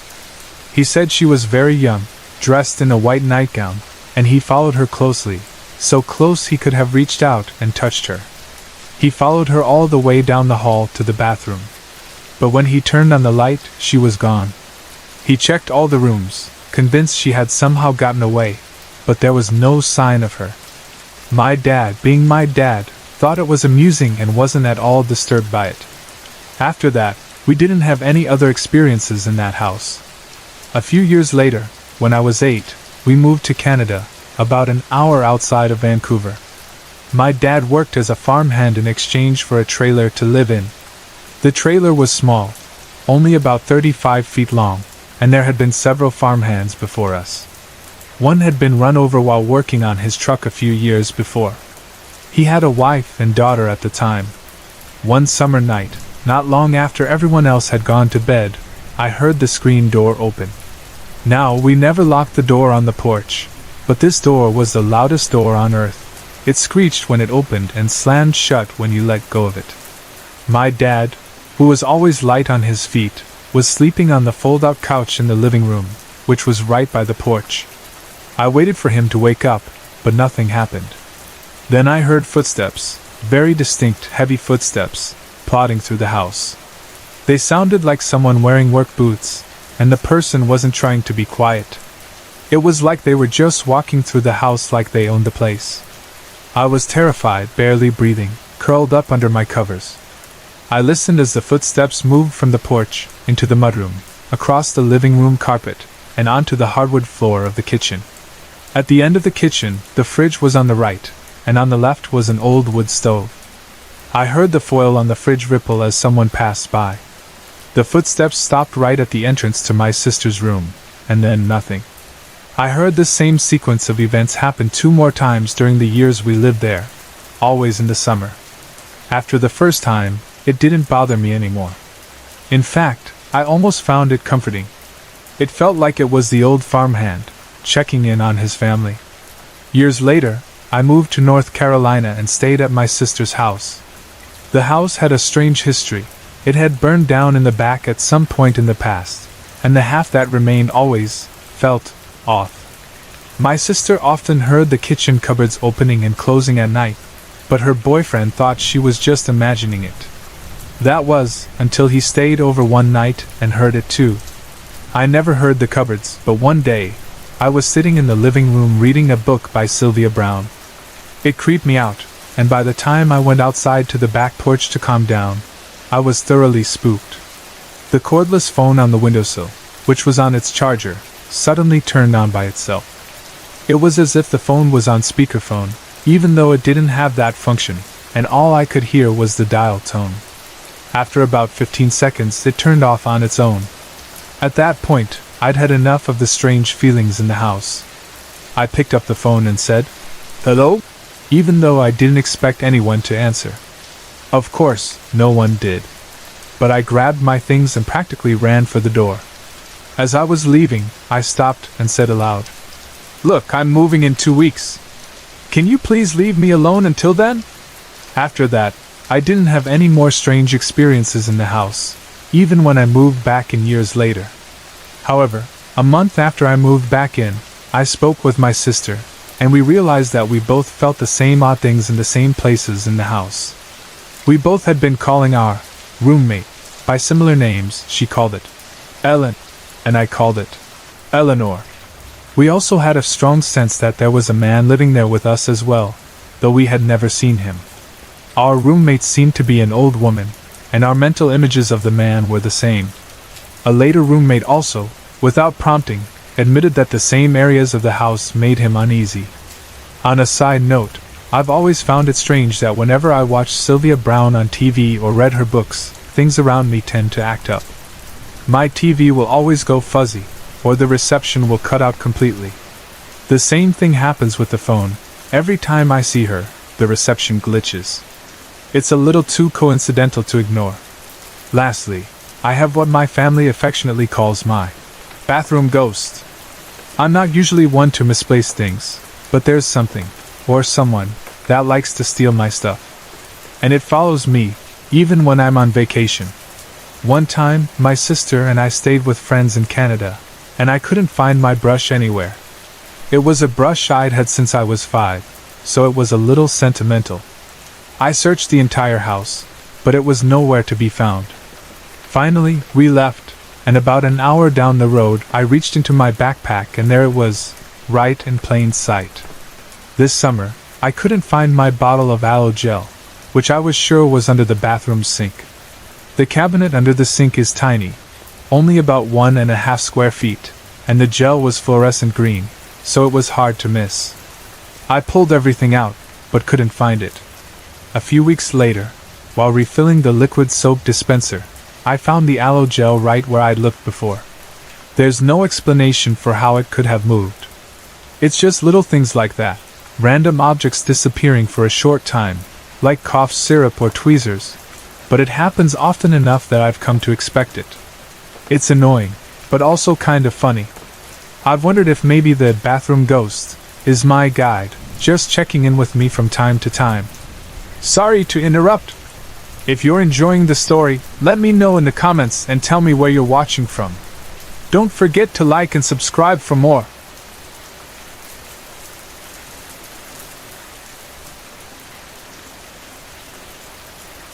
I'm 20 years old and 5 months pregnant with a baby I've named Phoenix.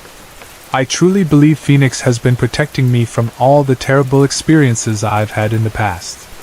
Since I was young, I've been fascinated by my grandmother's scary stories. She would often tell me about demons and strange creatures that roamed around Veracruz, Mexico, where I was born. Veracruz is known for having one of the most witch-populated towns in all of Mexico. My great-grandmother was a witch.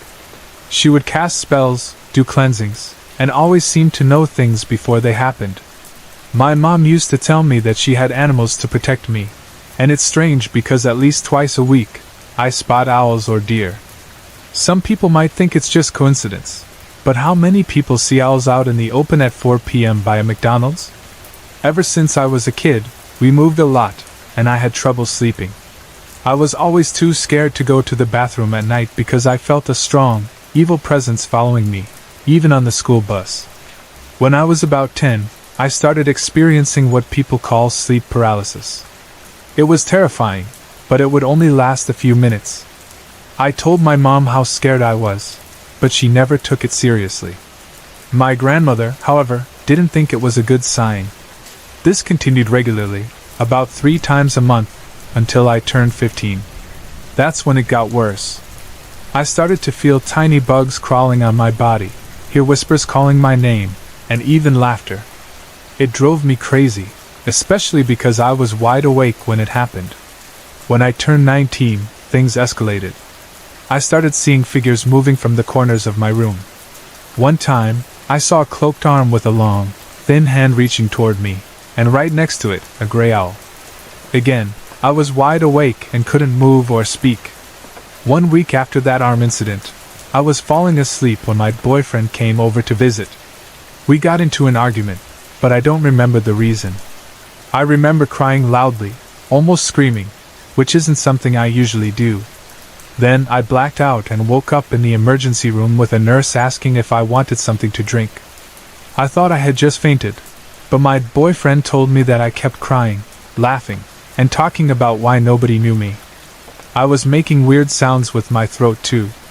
It all sounded crazy, and I didn't believe him at first. But my mom, who doesn't believe in anything paranormal, said that I had given her a mean look and grinned at her in a way that freaked her out. I don't remember any of it. A month later, I had sleep paralysis again, but this time, I felt something drag me around the bed. When I could move again, I realized I was on the other side of the bed. Since I found out I was pregnant, the sleep paralysis has stopped, and I no longer feel like something is following me.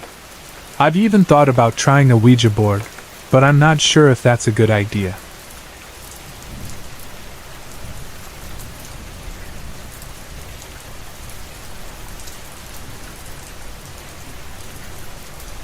I grew up in a house built in the 1870s, and I still live there today. The house was originally owned by a tobacco baron who had hundreds of acres of land. Over time, most of the land was developed into housing, and now we're left with only about 10 acres. It's a big house with 5 bedrooms, each with its own bathroom and closet, plus a living room, dining room, office, kitchen, study, bonus room, basement, and attic. There's also an old barn that's been converted into a garage and a few sheds used for storage. Everything on the property, including the buildings, is as old as the house itself. It's always been a bit odd. There have been strange noises, unexplained drafts in rooms with no windows, and other bizarre occurrences that we couldn't explain. One day, my brothers and I were walking through the woods to where we built a fort. Suddenly, I had this thought, almost like an instinct, that told me, "Run!" Without thinking, we all turned and sprinted back to the house, as fast as we could. We couldn't explain why, but when we talked about it afterward, we all had the same feeling. I didn't go back to that part of the woods for weeks, and even when I did, I often felt like someone was following me, walking behind me. A few months later, I saw something that really made me wonder what was going on. I was sitting in a room when I watched a dictionary slowly slide across a shelf and settle perfectly in the spot where it usually sat. No one touched it. It just moved on its own. There were also moments when I saw things that I couldn't explain. One night, I woke up to see a woman in a green dress or robe, smiling at me. She kissed me on the forehead, and then disappeared. I've seen her several times since, always smiling back at me. My sister said she's seen her too. One time in the bathroom, I saw a strange white mist that vanished as soon as I looked directly at it. I've also had some eerie experiences. I once felt hands around my throat. I've heard what sounded like a woman's laugh when I was alone, and voices whispering that I couldn't quite make out. There were countless odd moments like that, but I never felt threatened by them. So I brushed them off. Then, things took a more disturbing turn. After my sister turned 14, we started seeing it. The best way I can describe it is like the cloaked predator from that Arnold Schwarzenegger movie, Predator. In the movie, the creature could cloak itself, becoming a translucent figure that you could only see as an outline. That's what we started seeing, an outline of a humanoid figure, like someone cloaked in a shimmering, ghostly way. My sister and I shared a room because she was struggling with depression. She'd hurt herself in the past, so we didn't want her to be alone. We'd also share a bathroom, which added to the odd feeling in the house. The first time we saw it, we were home alone.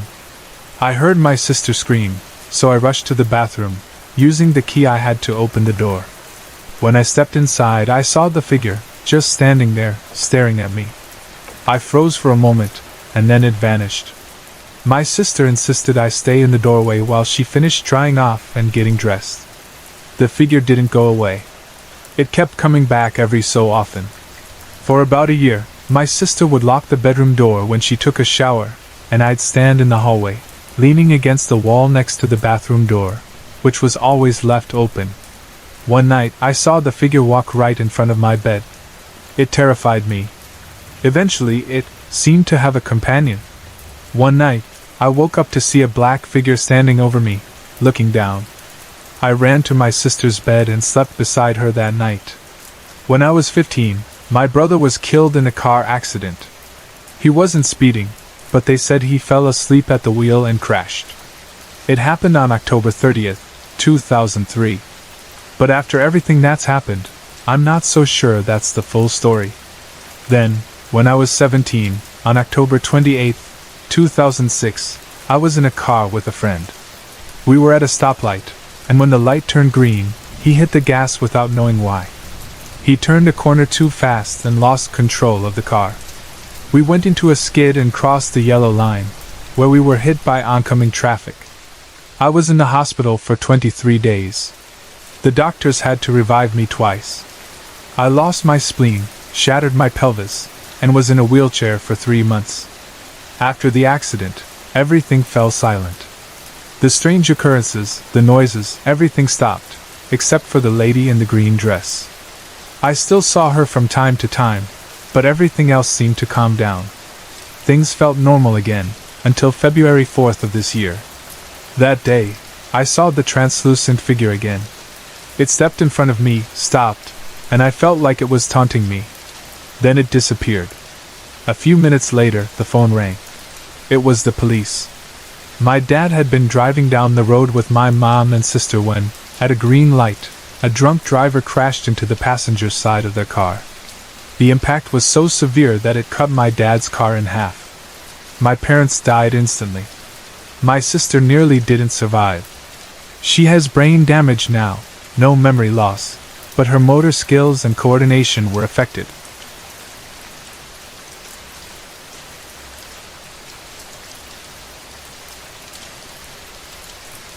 I've been waiting to share my new experiences in the house we recently moved into. We finally left the old haunted apartment and settled into a peaceful house in the country. It's nice to have quiet, but I do miss the strange, active energy of the old place. The old apartment was full of spirits, while this new house feels much quieter, though I still sense something unusual here. Our new home is just down the road from a cemetery and a church. The road is near one of the older highways, surrounded by tobacco farms and cows. From the moment I stepped inside, I felt like there was something more going on here, though it doesn't feel nearly as busy as the old place. I spent the first few nights here alone with my baby, settling in and enjoying the peace. But I started noticing strange things, like a gray blur near the back bedrooms. And sometimes, I'd see a white blur in the yard, almost like something was trying to get in. I wondered if I had accidentally locked out some spirit, as the first thing I did when we moved in was set up a protective barrier to keep unwanted guests away. I chalked it up to fatigue until my mom saw the same thing and asked me if I'd noticed it too. The first week we were here, it snowed, which felt like a good omen since Jeff and I both loved the snow. But that was when I started seeing a figure out of the corner of my eye. I kept seeing a man, maybe in his late 20s, with light brown to blonde hair and medium skin. I didn't pay much attention to it at first because I was focused on getting ready for my son's first birthday and having guests come up from Georgia. Then one day, while I was doing laundry, I clearly heard someone call, "Hey Steph," in a voice that sounded just like Jeff's. I replied, "What?" but got no response. I asked again, "What?" and still nothing. I went to put soap in the washing machine, then headed toward the back bedroom. That's when I realized Jeff wasn't even home. I laughed to myself and said aloud, "Okay, so you know my name now. It'd be nice if I knew yours." I continued with my chores, not thinking much of it. Over the next few weeks, I started to feel like I wasn't alone. I'd hear footsteps in the attic during the day, and my son would often play with someone in his room, babbling to the air. As he got older and began to form words, he started arguing with something, saying, "No, no, no, mine! Mine!" This was strange because he's still too young for imaginary play. It felt like something, or someone, was interacting with him. One night around 3 a.m., Chris woke me up, and we struggled to get him back to sleep. He kept looking out into the hallway, pointing and saying, "Ball, ball, ball." I was exhausted, so I carried him to the couch, hoping he'd settle down. As I walked down the hall, I kicked a ball back into his room where it belonged. But when I got to the couch, Chris suddenly sat up, pointed, and said, "Ball!" I looked down and saw the ball, the same one I had just kicked back into his room, now lying in front of the couch. It had moved on its own, and I felt a chill run down my spine. For the first time in this house, I was scared. I said aloud, "I would appreciate it if you'd leave my son and me alone when we're trying to sleep." Eventually, the feeling passed, and we managed to sleep. After that, things continued as before, seeing things out of the corner of my eye, hearing my name called, but there were some new developments in the past few weeks. I decided to try recording EVP sessions. Unfortunately, I accidentally deleted the recording, thinking I was deleting something else. But in the few seconds I had before it was deleted, I clearly heard a voice saying, "SH. Dude, I think I cut something." Jeff, who's a huge skeptic, said he heard the same thing. That was strange, but after the deletion, I couldn't get another EVP session to work. Then, just this past Thursday, Jeff called the house and a man's voice answered the phone. He asked, "Who is this?" And the voice said, "Jeremy," before hanging up. We checked the caller ID and the call was logged on both our phones at the same time.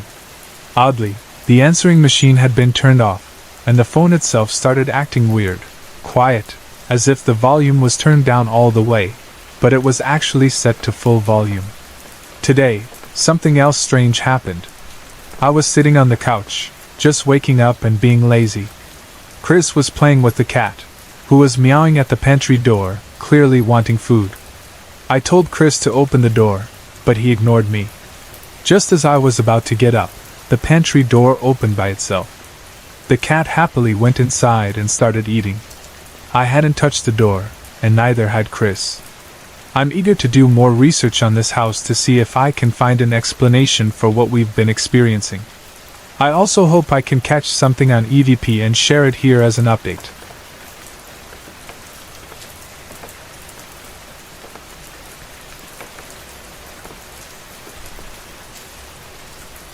Since I was little, I had always heard stories about strange things happening at my church. The older women used to whisper that, if you went down the stairs to the basement, you could sometimes hear what sounded like little girls laughing and playing. By the time I was 10, I started to have my own experiences, and I became fascinated with the paranormal. I would hear knocks, doors slamming behind me, and other eerie sounds. Some of it I could explain away, but other things were just downright creepy. I decided I needed to figure out who, or what, was haunting the church. The cemetery beside the church seemed like a good place to start. There, I found the grave of a 10-year-old girl named Minnie B. Moore, who had died in the early 1900s. Her mother had passed away 2 years earlier, and her father followed about 15 years later. Although I couldn't find full records, I assumed that Minnie and her mother must have been sick, given the short gap between their deaths. With Minnie's name in hand, I started looking for answers. I would lead ghost hunts with my youth group, taking them to the places in the church that seemed the most active. These hunts helped us grow closer as a group and gave us a deeper understanding of life, death, and even God. I've always been close to my mother, so I shared my experiences with her. At first, she didn't believe me, but that all changed when Minnie decided to show her. One Christmas, Mom was decorating the tree in the fellowship hall. She had her back to the hallway leading to the sanctuary and was focused on putting the lights on the tree. Suddenly, she heard a small, sing-song voice call out, "Mama!" She thought I was playing a prank on her, so she called out for me to get back to choir practice. The voice called out a second time, and then a third. By the fourth time, Mom was so frustrated she turned around to come after me. But when she stormed into the hallway, I wasn't there. In fact, she could hear me singing in the sanctuary. It turned out I was the only one in the choir at the time, and no one else had left practice. After that, Mom had no doubt that something paranormal was going on. Another strange incident happened on Easter. I was out in the cemetery with my cousins and a few other kids, just playing around. My cousin Adam leaned against the gravestone, and it fell over. We tried to lift it back up, but it was heavy, and none of us could manage it. So we went inside to tell the adults. Two of the men went out to investigate, but when they came back, they told us they couldn't find the gravestone. We all went back with them to look, and I clearly remember walking up to the spot with everyone behind me. As I pointed to the place where the gravestone had been, I said, "It's right there." But when I turned to look, the gravestone was standing upright on its base, as if it had never fallen at all. The cemetery is on a hill, and there's no way anyone could have seen it from the road. We'd only been gone for 5 minutes, and there was no one else around. I still can't explain how it happened. The most recent and most compelling experience came during a ghost hunt. We sat in a back hallway of the church basement with a single candle lit, and I had my recorder running to see if we could capture anything unusual. As I sat there, I felt like we were being watched, and my friend and I kept glancing at one particular dark corner. When I later listened to the recording, I realized why we were so drawn to that spot. In the recording, though faint, I clearly heard a voice, a child's voice, saying my name. And when I listened closely, I realized the voice came from the exact corner we had both been staring at. I'm not sure why Minnie still lingers in the church. Maybe she's searching for her mother, or waiting for her father to join her. Maybe she just feels connected to the church, or the children who visit. Whatever the reason, I hope that one day she finds peace. Until then, I'm just glad that she's there, watching over the church and its grounds, as a guardian angel of sorts.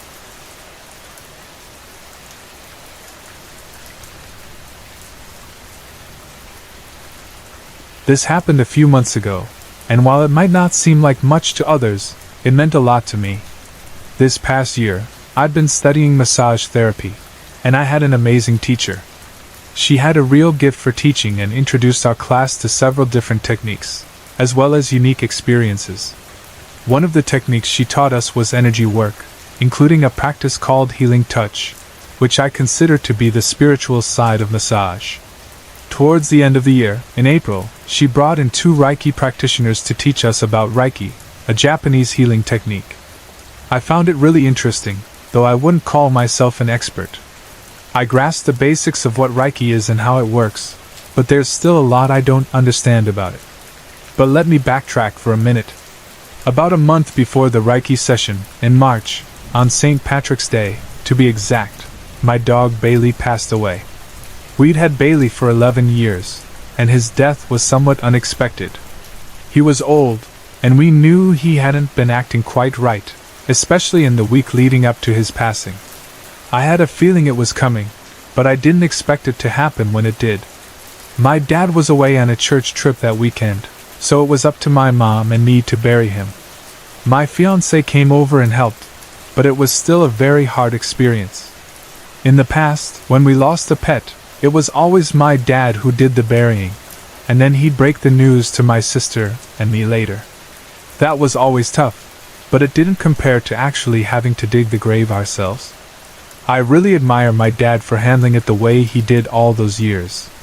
Later that night, my mom, who had been right by Bailey's side in his final moments, told me how it happened. I think she needed to talk about it, but hearing it was really saddening, and it stuck with me for a long time. Going to bed that night was especially hard because Bailey had always slept with me. He would curl up against the outside of my left leg, from my thigh down to my ankle. The house felt so quiet and empty without him, and I couldn't shake the sadness. A few weeks later, when the Reiki presenters came to class, we had a chance to practice on each other. The lady explained the basics of Reiki, and then we paired up to give and receive treatments. When I gave Reiki to my classmate, it felt really relaxing, but when it was my turn to lie down and receive Reiki, I had a hard time relaxing. At first, I had a massive headache whenever I closed my eyes, so I just stared at the ceiling and tried to zone out. After a few minutes, I started thinking about Bailey. It sounds strange, but I didn't try to think about him, it just happened. Then I became aware of a gentle, warm pressure on the outside of my left leg, exactly where Bailey used to lie. It felt like someone was gently pressing on my leg, from my thigh down to my ankle. It even tingled a little, and it was incredibly soothing. The next thing I knew, my classmate was gently waking me up. I was really excited about what had happened and couldn't wait to tell my family. It felt like a comforting experience, almost as if Bailey was there with me, in a way. I would love to have more experiences like that. They were peaceful and reassuring.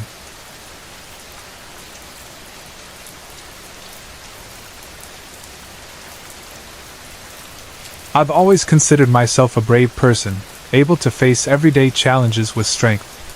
But there's one battle I just can't seem to win. It's a lingering presence in my life, something I've tried to ignore for years, but I can't anymore. I've finally come to face a truth that I should have acknowledged long ago. My experiences began when I was just 8 years old. I clearly remember a nightmare where a shadowy figure emerged from the veil of my closet, which had a sheer white curtain instead of doors. The man came close to my bed and just stood there, staring at me. I was paralyzed with fear, unable to move or speak. Eventually, I woke up in a panic. I lay in bed for a few moments, trying to calm myself, and slowly started looking around to make sure nothing was really there. Then, out of the corner of my eye, I saw something retreat back into the curtain. I was only 8, so I convinced myself it was just the lingering effect of the nightmare. I brushed it off. But that moment was just the beginning. From that day on, strange things began to happen everywhere I went. When I was 13, we moved out of that house. I was relieved, thinking maybe it was the house that was haunted.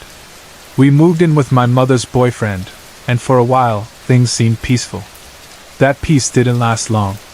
Soon after we settled into the new place, I started hearing strange sounds, footsteps in the hall, like someone wearing sturdy boots. I figured it was my mom's boyfriend, who wore boots all the time. But then, one day, I was home alone while everyone else was out. I was listening to music when I heard a door slam shut, followed by the same boots walking down the hall. I was stunned. I had no idea what was going on. Could it really be another haunted house? What were the chances? A few months later, we moved again, just 5 minutes away, into a small townhouse. I tried to put the strange occurrences behind me and focus on the present. But soon, I started hearing things again. One night, my mom and her boyfriend went out on a date. I didn't think anything of it, but that night, something happened that shook me to my core. I went to bed around 9 p.m., with my bed positioned in the corner of my room, diagonal to the door. If the door was open just a little, I could see part of my mom's room. I was drifting off to sleep when I heard a loud noise from downstairs.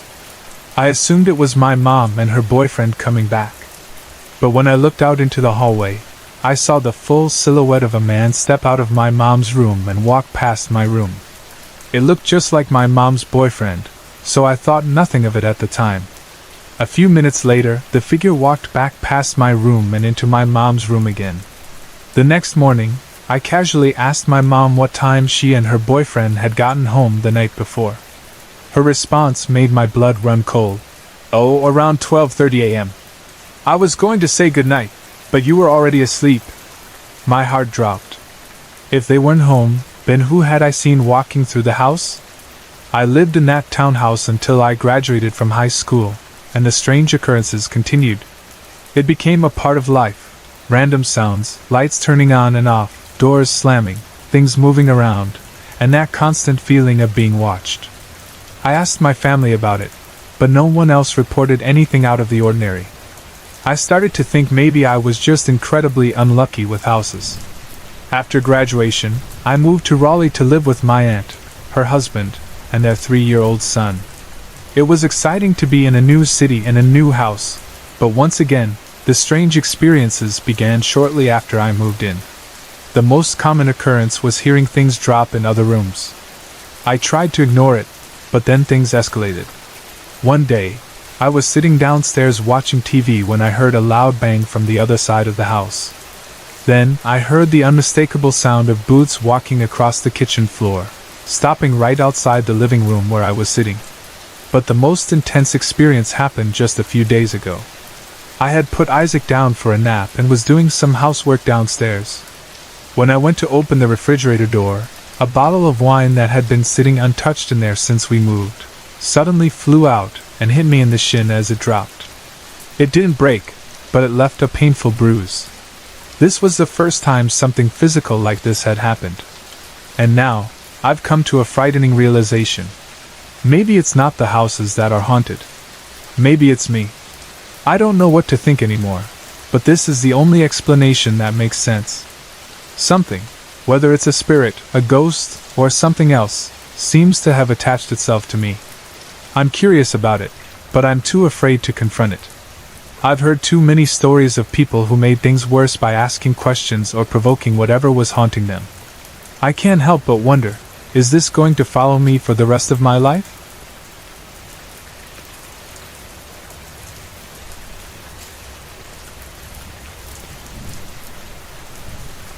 I've lived in many homes throughout my life, and many of them have been haunted. Most of the time, the spirits were harmless. But when I moved into my first home away from my parents at the age of 20, I found one that was not so friendly. In the fall of 1993, my best friend Amanda, her boyfriend, and I rented a mobile home together. I was excited to finally have my own place and some freedom. At first, everything seemed perfect. It took us a little while to furnish the place, but it was coming together. However, it wasn't long before we experienced something strange. About a month after we moved in, we had some friends over, about 6 people in total, just hanging out and playing video games. Amanda and her boyfriend's bedroom was directly off the living room, and they had a bathroom that could only be accessed by going through their room. Suddenly, we all heard a loud series of bangs coming from the bathroom. We were all startled, and I was the only one brave enough to go check it out. But when I went in, I found nothing. No explanation. Nothing had fallen, and the bathroom was empty. We tried to convince ourselves it was just the pipes, though it felt way too loud and deliberate to be that. Then Amanda and I both got jobs working third shift at a local plant. We'd sleep during the day to adjust to our night schedule. One afternoon, while lying in bed, I heard a voice call my name. It was a woman's voice. I got up and checked to see if anyone had called me, but Amanda was still in her room sleeping, and her boyfriend was outside working on the car with a friend. No one was there. I shrugged it off, though I was a little freaked out. Then it happened again. One day, I woke up early, dreading the upcoming shift. As I was lying there, I heard a voice say, "Stop moving, she's coming!" About 3 minutes later, Amanda came into my room and told me it was time to get ready for work. It was like the voice had predicted her arrival. But the most frightening experience didn't happen to me directly, though I witnessed it.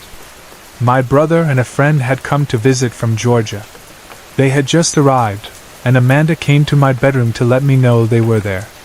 We walked into the kitchen, and I had just passed the refrigerator when something strange happened. A glass jar, I'm not sure what was in it, suddenly flew off the top of the refrigerator and narrowly missed hitting Amanda's head. It was so close that we could feel the breeze from it. Now, the logical explanation would be that the jar fell due to a vibration from me walking by.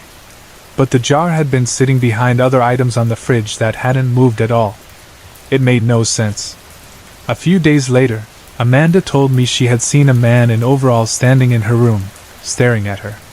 She had no idea who he was, and it terrified her. She stopped sleeping in her room alone after that. After about a year, I finally moved out. I wasn't getting along with Amanda's boyfriend, and the stress of living there was becoming unbearable. After I moved out, Amanda told me that one night, while she and her boyfriend were sleeping, she suddenly woke up, unsure of why. But something had jolted her awake.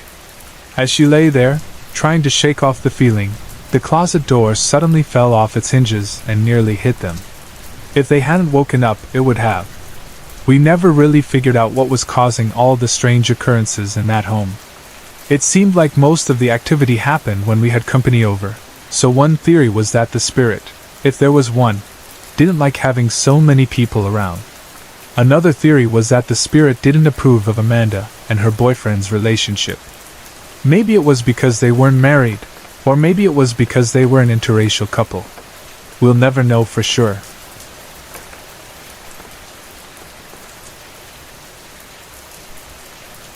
My family and I have lived in several haunted places over the years, and while the idea of a familial curse has been mostly laughed off, the experiences we've had are hard to ignore. My mother and I seem to be the most affected by these phenomena, and in this submission, I'll focus on our time in a rented house in rural North Carolina. The haunting in this house wasn't as severe as one we encountered later, but it still left a lasting impression on me. At the time, I was 7 to 15 years old, living there during the 90s. I'll only share the events that I remember clearly, or that my mother has mentioned to me during our late-night conversations about our experiences. I'll also try to present them in chronological order. The earliest paranormal event I remember happened when I was around 8 years old. My brother and I were sitting on my mother's bed, flipping through some photo albums, when something strange happened. My mom says that as we were talking, my brother and I both suddenly looked up at the same time and stared out into the hallway. My brother then asked, "What was that little black man?" "I remember it clearly," I told my mom. "A little man in black ran through the hall and into the living room." My mom never brought it up again, but being a Christian, she went room to room, praying and reading the Bible afterward. One day, when I was around 10 or 11, my brother and I were outside playing when I rounded the corner of the house and saw something that terrified me. Standing right in front of me was a large black pig. It sounds strange, but I vividly remember the details. The pig just stared at me, and the smell was awful, like something rotting. I felt a deep sense of dread, like my stomach dropped. I could barely move, but I eventually forced myself to run back into the house. I told my parents, "There's a big pig outside, come look." My dad came out, but the pig was gone. My brother, who was on the other side of the yard, said he didn't see it either. It could have been just an animal sighting, but for some reason, I've always felt like that moment was paranormal. Both my mother and father, now divorced, have told me about several times when they were in the living room together and small orbs or lights would move around on the walls, seemingly floating from room to room. My dad said that once, he watched several lights circle my mom's head. They would try to find a logical explanation, like thinking it was headlights from passing cars, but not many cars came down our road, and the lights would appear at odd times, often when no cars were nearby. My mom also complained about the couch constantly shaking or vibrating under her. A few times, as I got older, I experienced the same thing. The vibrations were subtle but noticeable, almost like the couch was being rocked gently. In the living room, there were 2 doors that would often slam shut, one right after the other. I tried to explain it away, thinking it was just the air pressure or the wind, but it usually happened when we were sitting quietly, watching TV. These doors would slam so hard that the whole house would shake. On 2 separate occasions, we heard growling. It wasn't like the sound of a dog, though.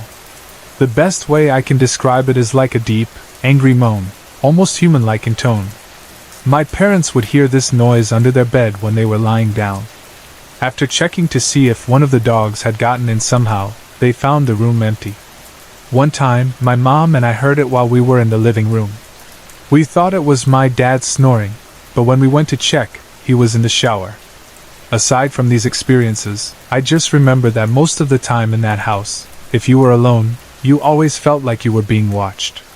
My mom and I both had recurring dreams about shadowy figures intruding into the house. Years later, my brother told me he had similar dreams. The house always felt oppressive, like it was holding a dark presence. It's hard to describe that feeling unless you've lived in a place with similar happenings. So, those are the tales from this particular house. We moved out after a while, and later bought an older house. We even moved the house itself onto a piece of land we purchased. The land and the house had some very interesting history, and I had a lot more personal experiences with the new house than the one I just talked about. Soon, I'll share those stories too, but I'm still working through the memories, as some of them were pretty traumatic.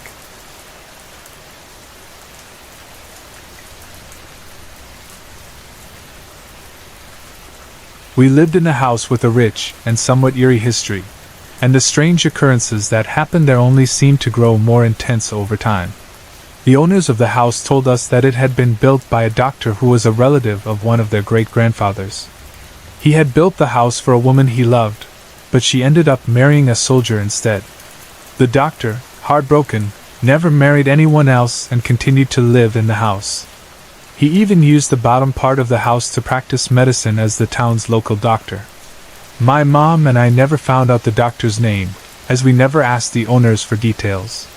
The house was situated on land that had its own dark history. The owners lived in a trailer behind the house and had been trying to sell it for some time. They were planning to tear the house down to make room for a new one. My parents ended up buying it for $6,000. We later moved the entire house about 10 miles down the road to a piece of land we had purchased. This land, as well as the 15-mile area around it, had once been used as a moonshine bootlegging trail during Prohibition. Behind the house, you could still see the trails, and we would often find pieces of old glass scattered along the path.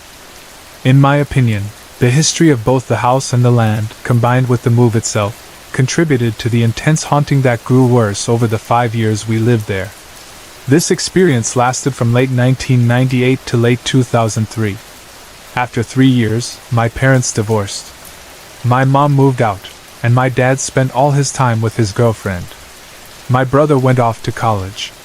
By the last 2 years, I was pretty much living there alone, except for a brief summer when my boyfriend moved in and a few months during the winter when my brother came back. Here are some of the most significant experiences I had in that house. One of the most unsettling phenomena in the house were the voices.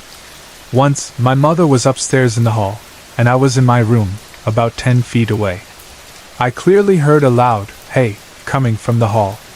I came out of my room to ask my mother if she had called me, and she said she heard it too, but didn't know where it came from. Another time, I was practicing a difficult piece of music on my keyboard when I heard a loud, "Great job!" It wasn't a voice I recognized, but I wasn't scared, just a bit amused. I said, thanks," and went back to playing. Later, when the hauntings increased, I was in the kitchen one evening, and I heard my name called 3 times in a row. It was 2 distinct voices, and then a door slammed right next to me. Afterward, I heard whispering all around me. I've never been so scared in that house. I was alone, it was late, and I felt like I was being watched. I spent the rest of the night in my car. Both my father and I heard talking and laughter in the surrounding woods. It was faint, but we both heard it clearly. Things moving were rare, but a few incidents still stand out. One evening, my boyfriend and I were sitting in the living room, each on separate couches, when we watched all the curtains in the room slowly close one by one. We weren't scared, just amazed. It was like someone was gently pulling the curtains shut, but no one was there. We also had a window unit air conditioner, and we always kept the doors open throughout the house for air circulation. One day, after opening all the doors and leaving for work, we had to return quickly for something we'd forgotten. When we got back, every door in the house was closed. I often saw strange lights in the woods surrounding the house. They appeared as orbs, wandering around the trees.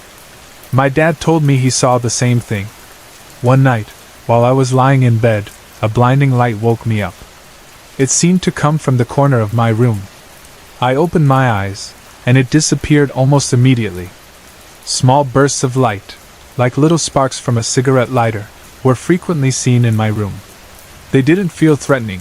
In fact, they left me with a sense of happiness. I should mention that at this time, I was going through an occult phase, experimenting with energies and spirits from nature. I wonder if there was any connection to these experiences.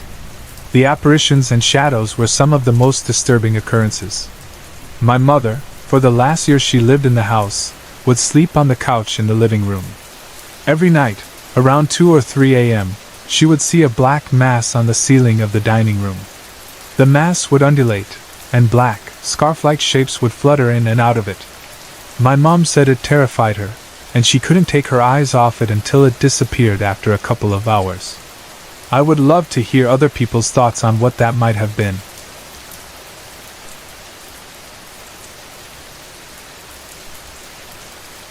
I've had several friends tell me they saw shadows or noticed curtains moving in the house when they were waiting outside for me to come out.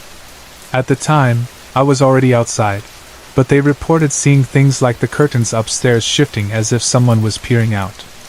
Once, while I was trying to get a video camera to work, I looked through the viewfinder and clearly saw the shape of a woman standing in my doorway.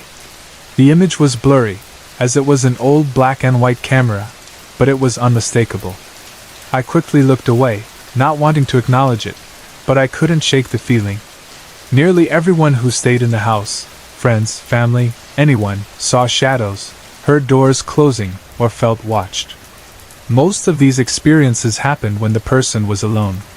My boyfriend, who initially thought I was making up stories, had his own strange experience.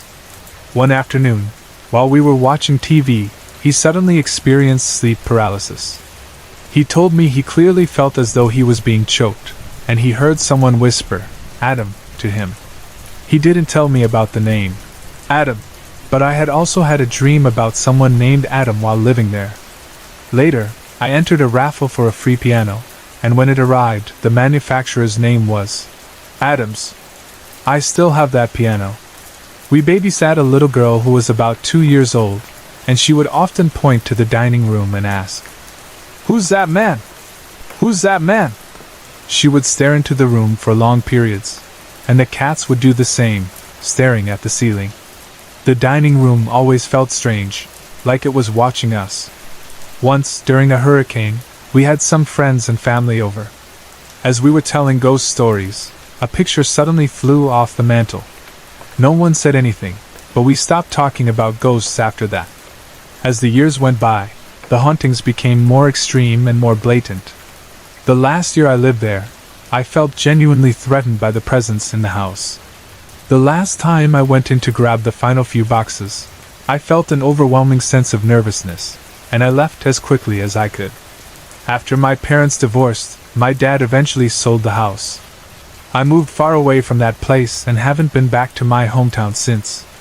My dad mentioned that the new owners were hearing strange noises outside the property, but he hasn't kept in touch with them. I still have vivid nightmares about that house, and I'm sure it scared me more than I even realized at the time. I have no desire to go back.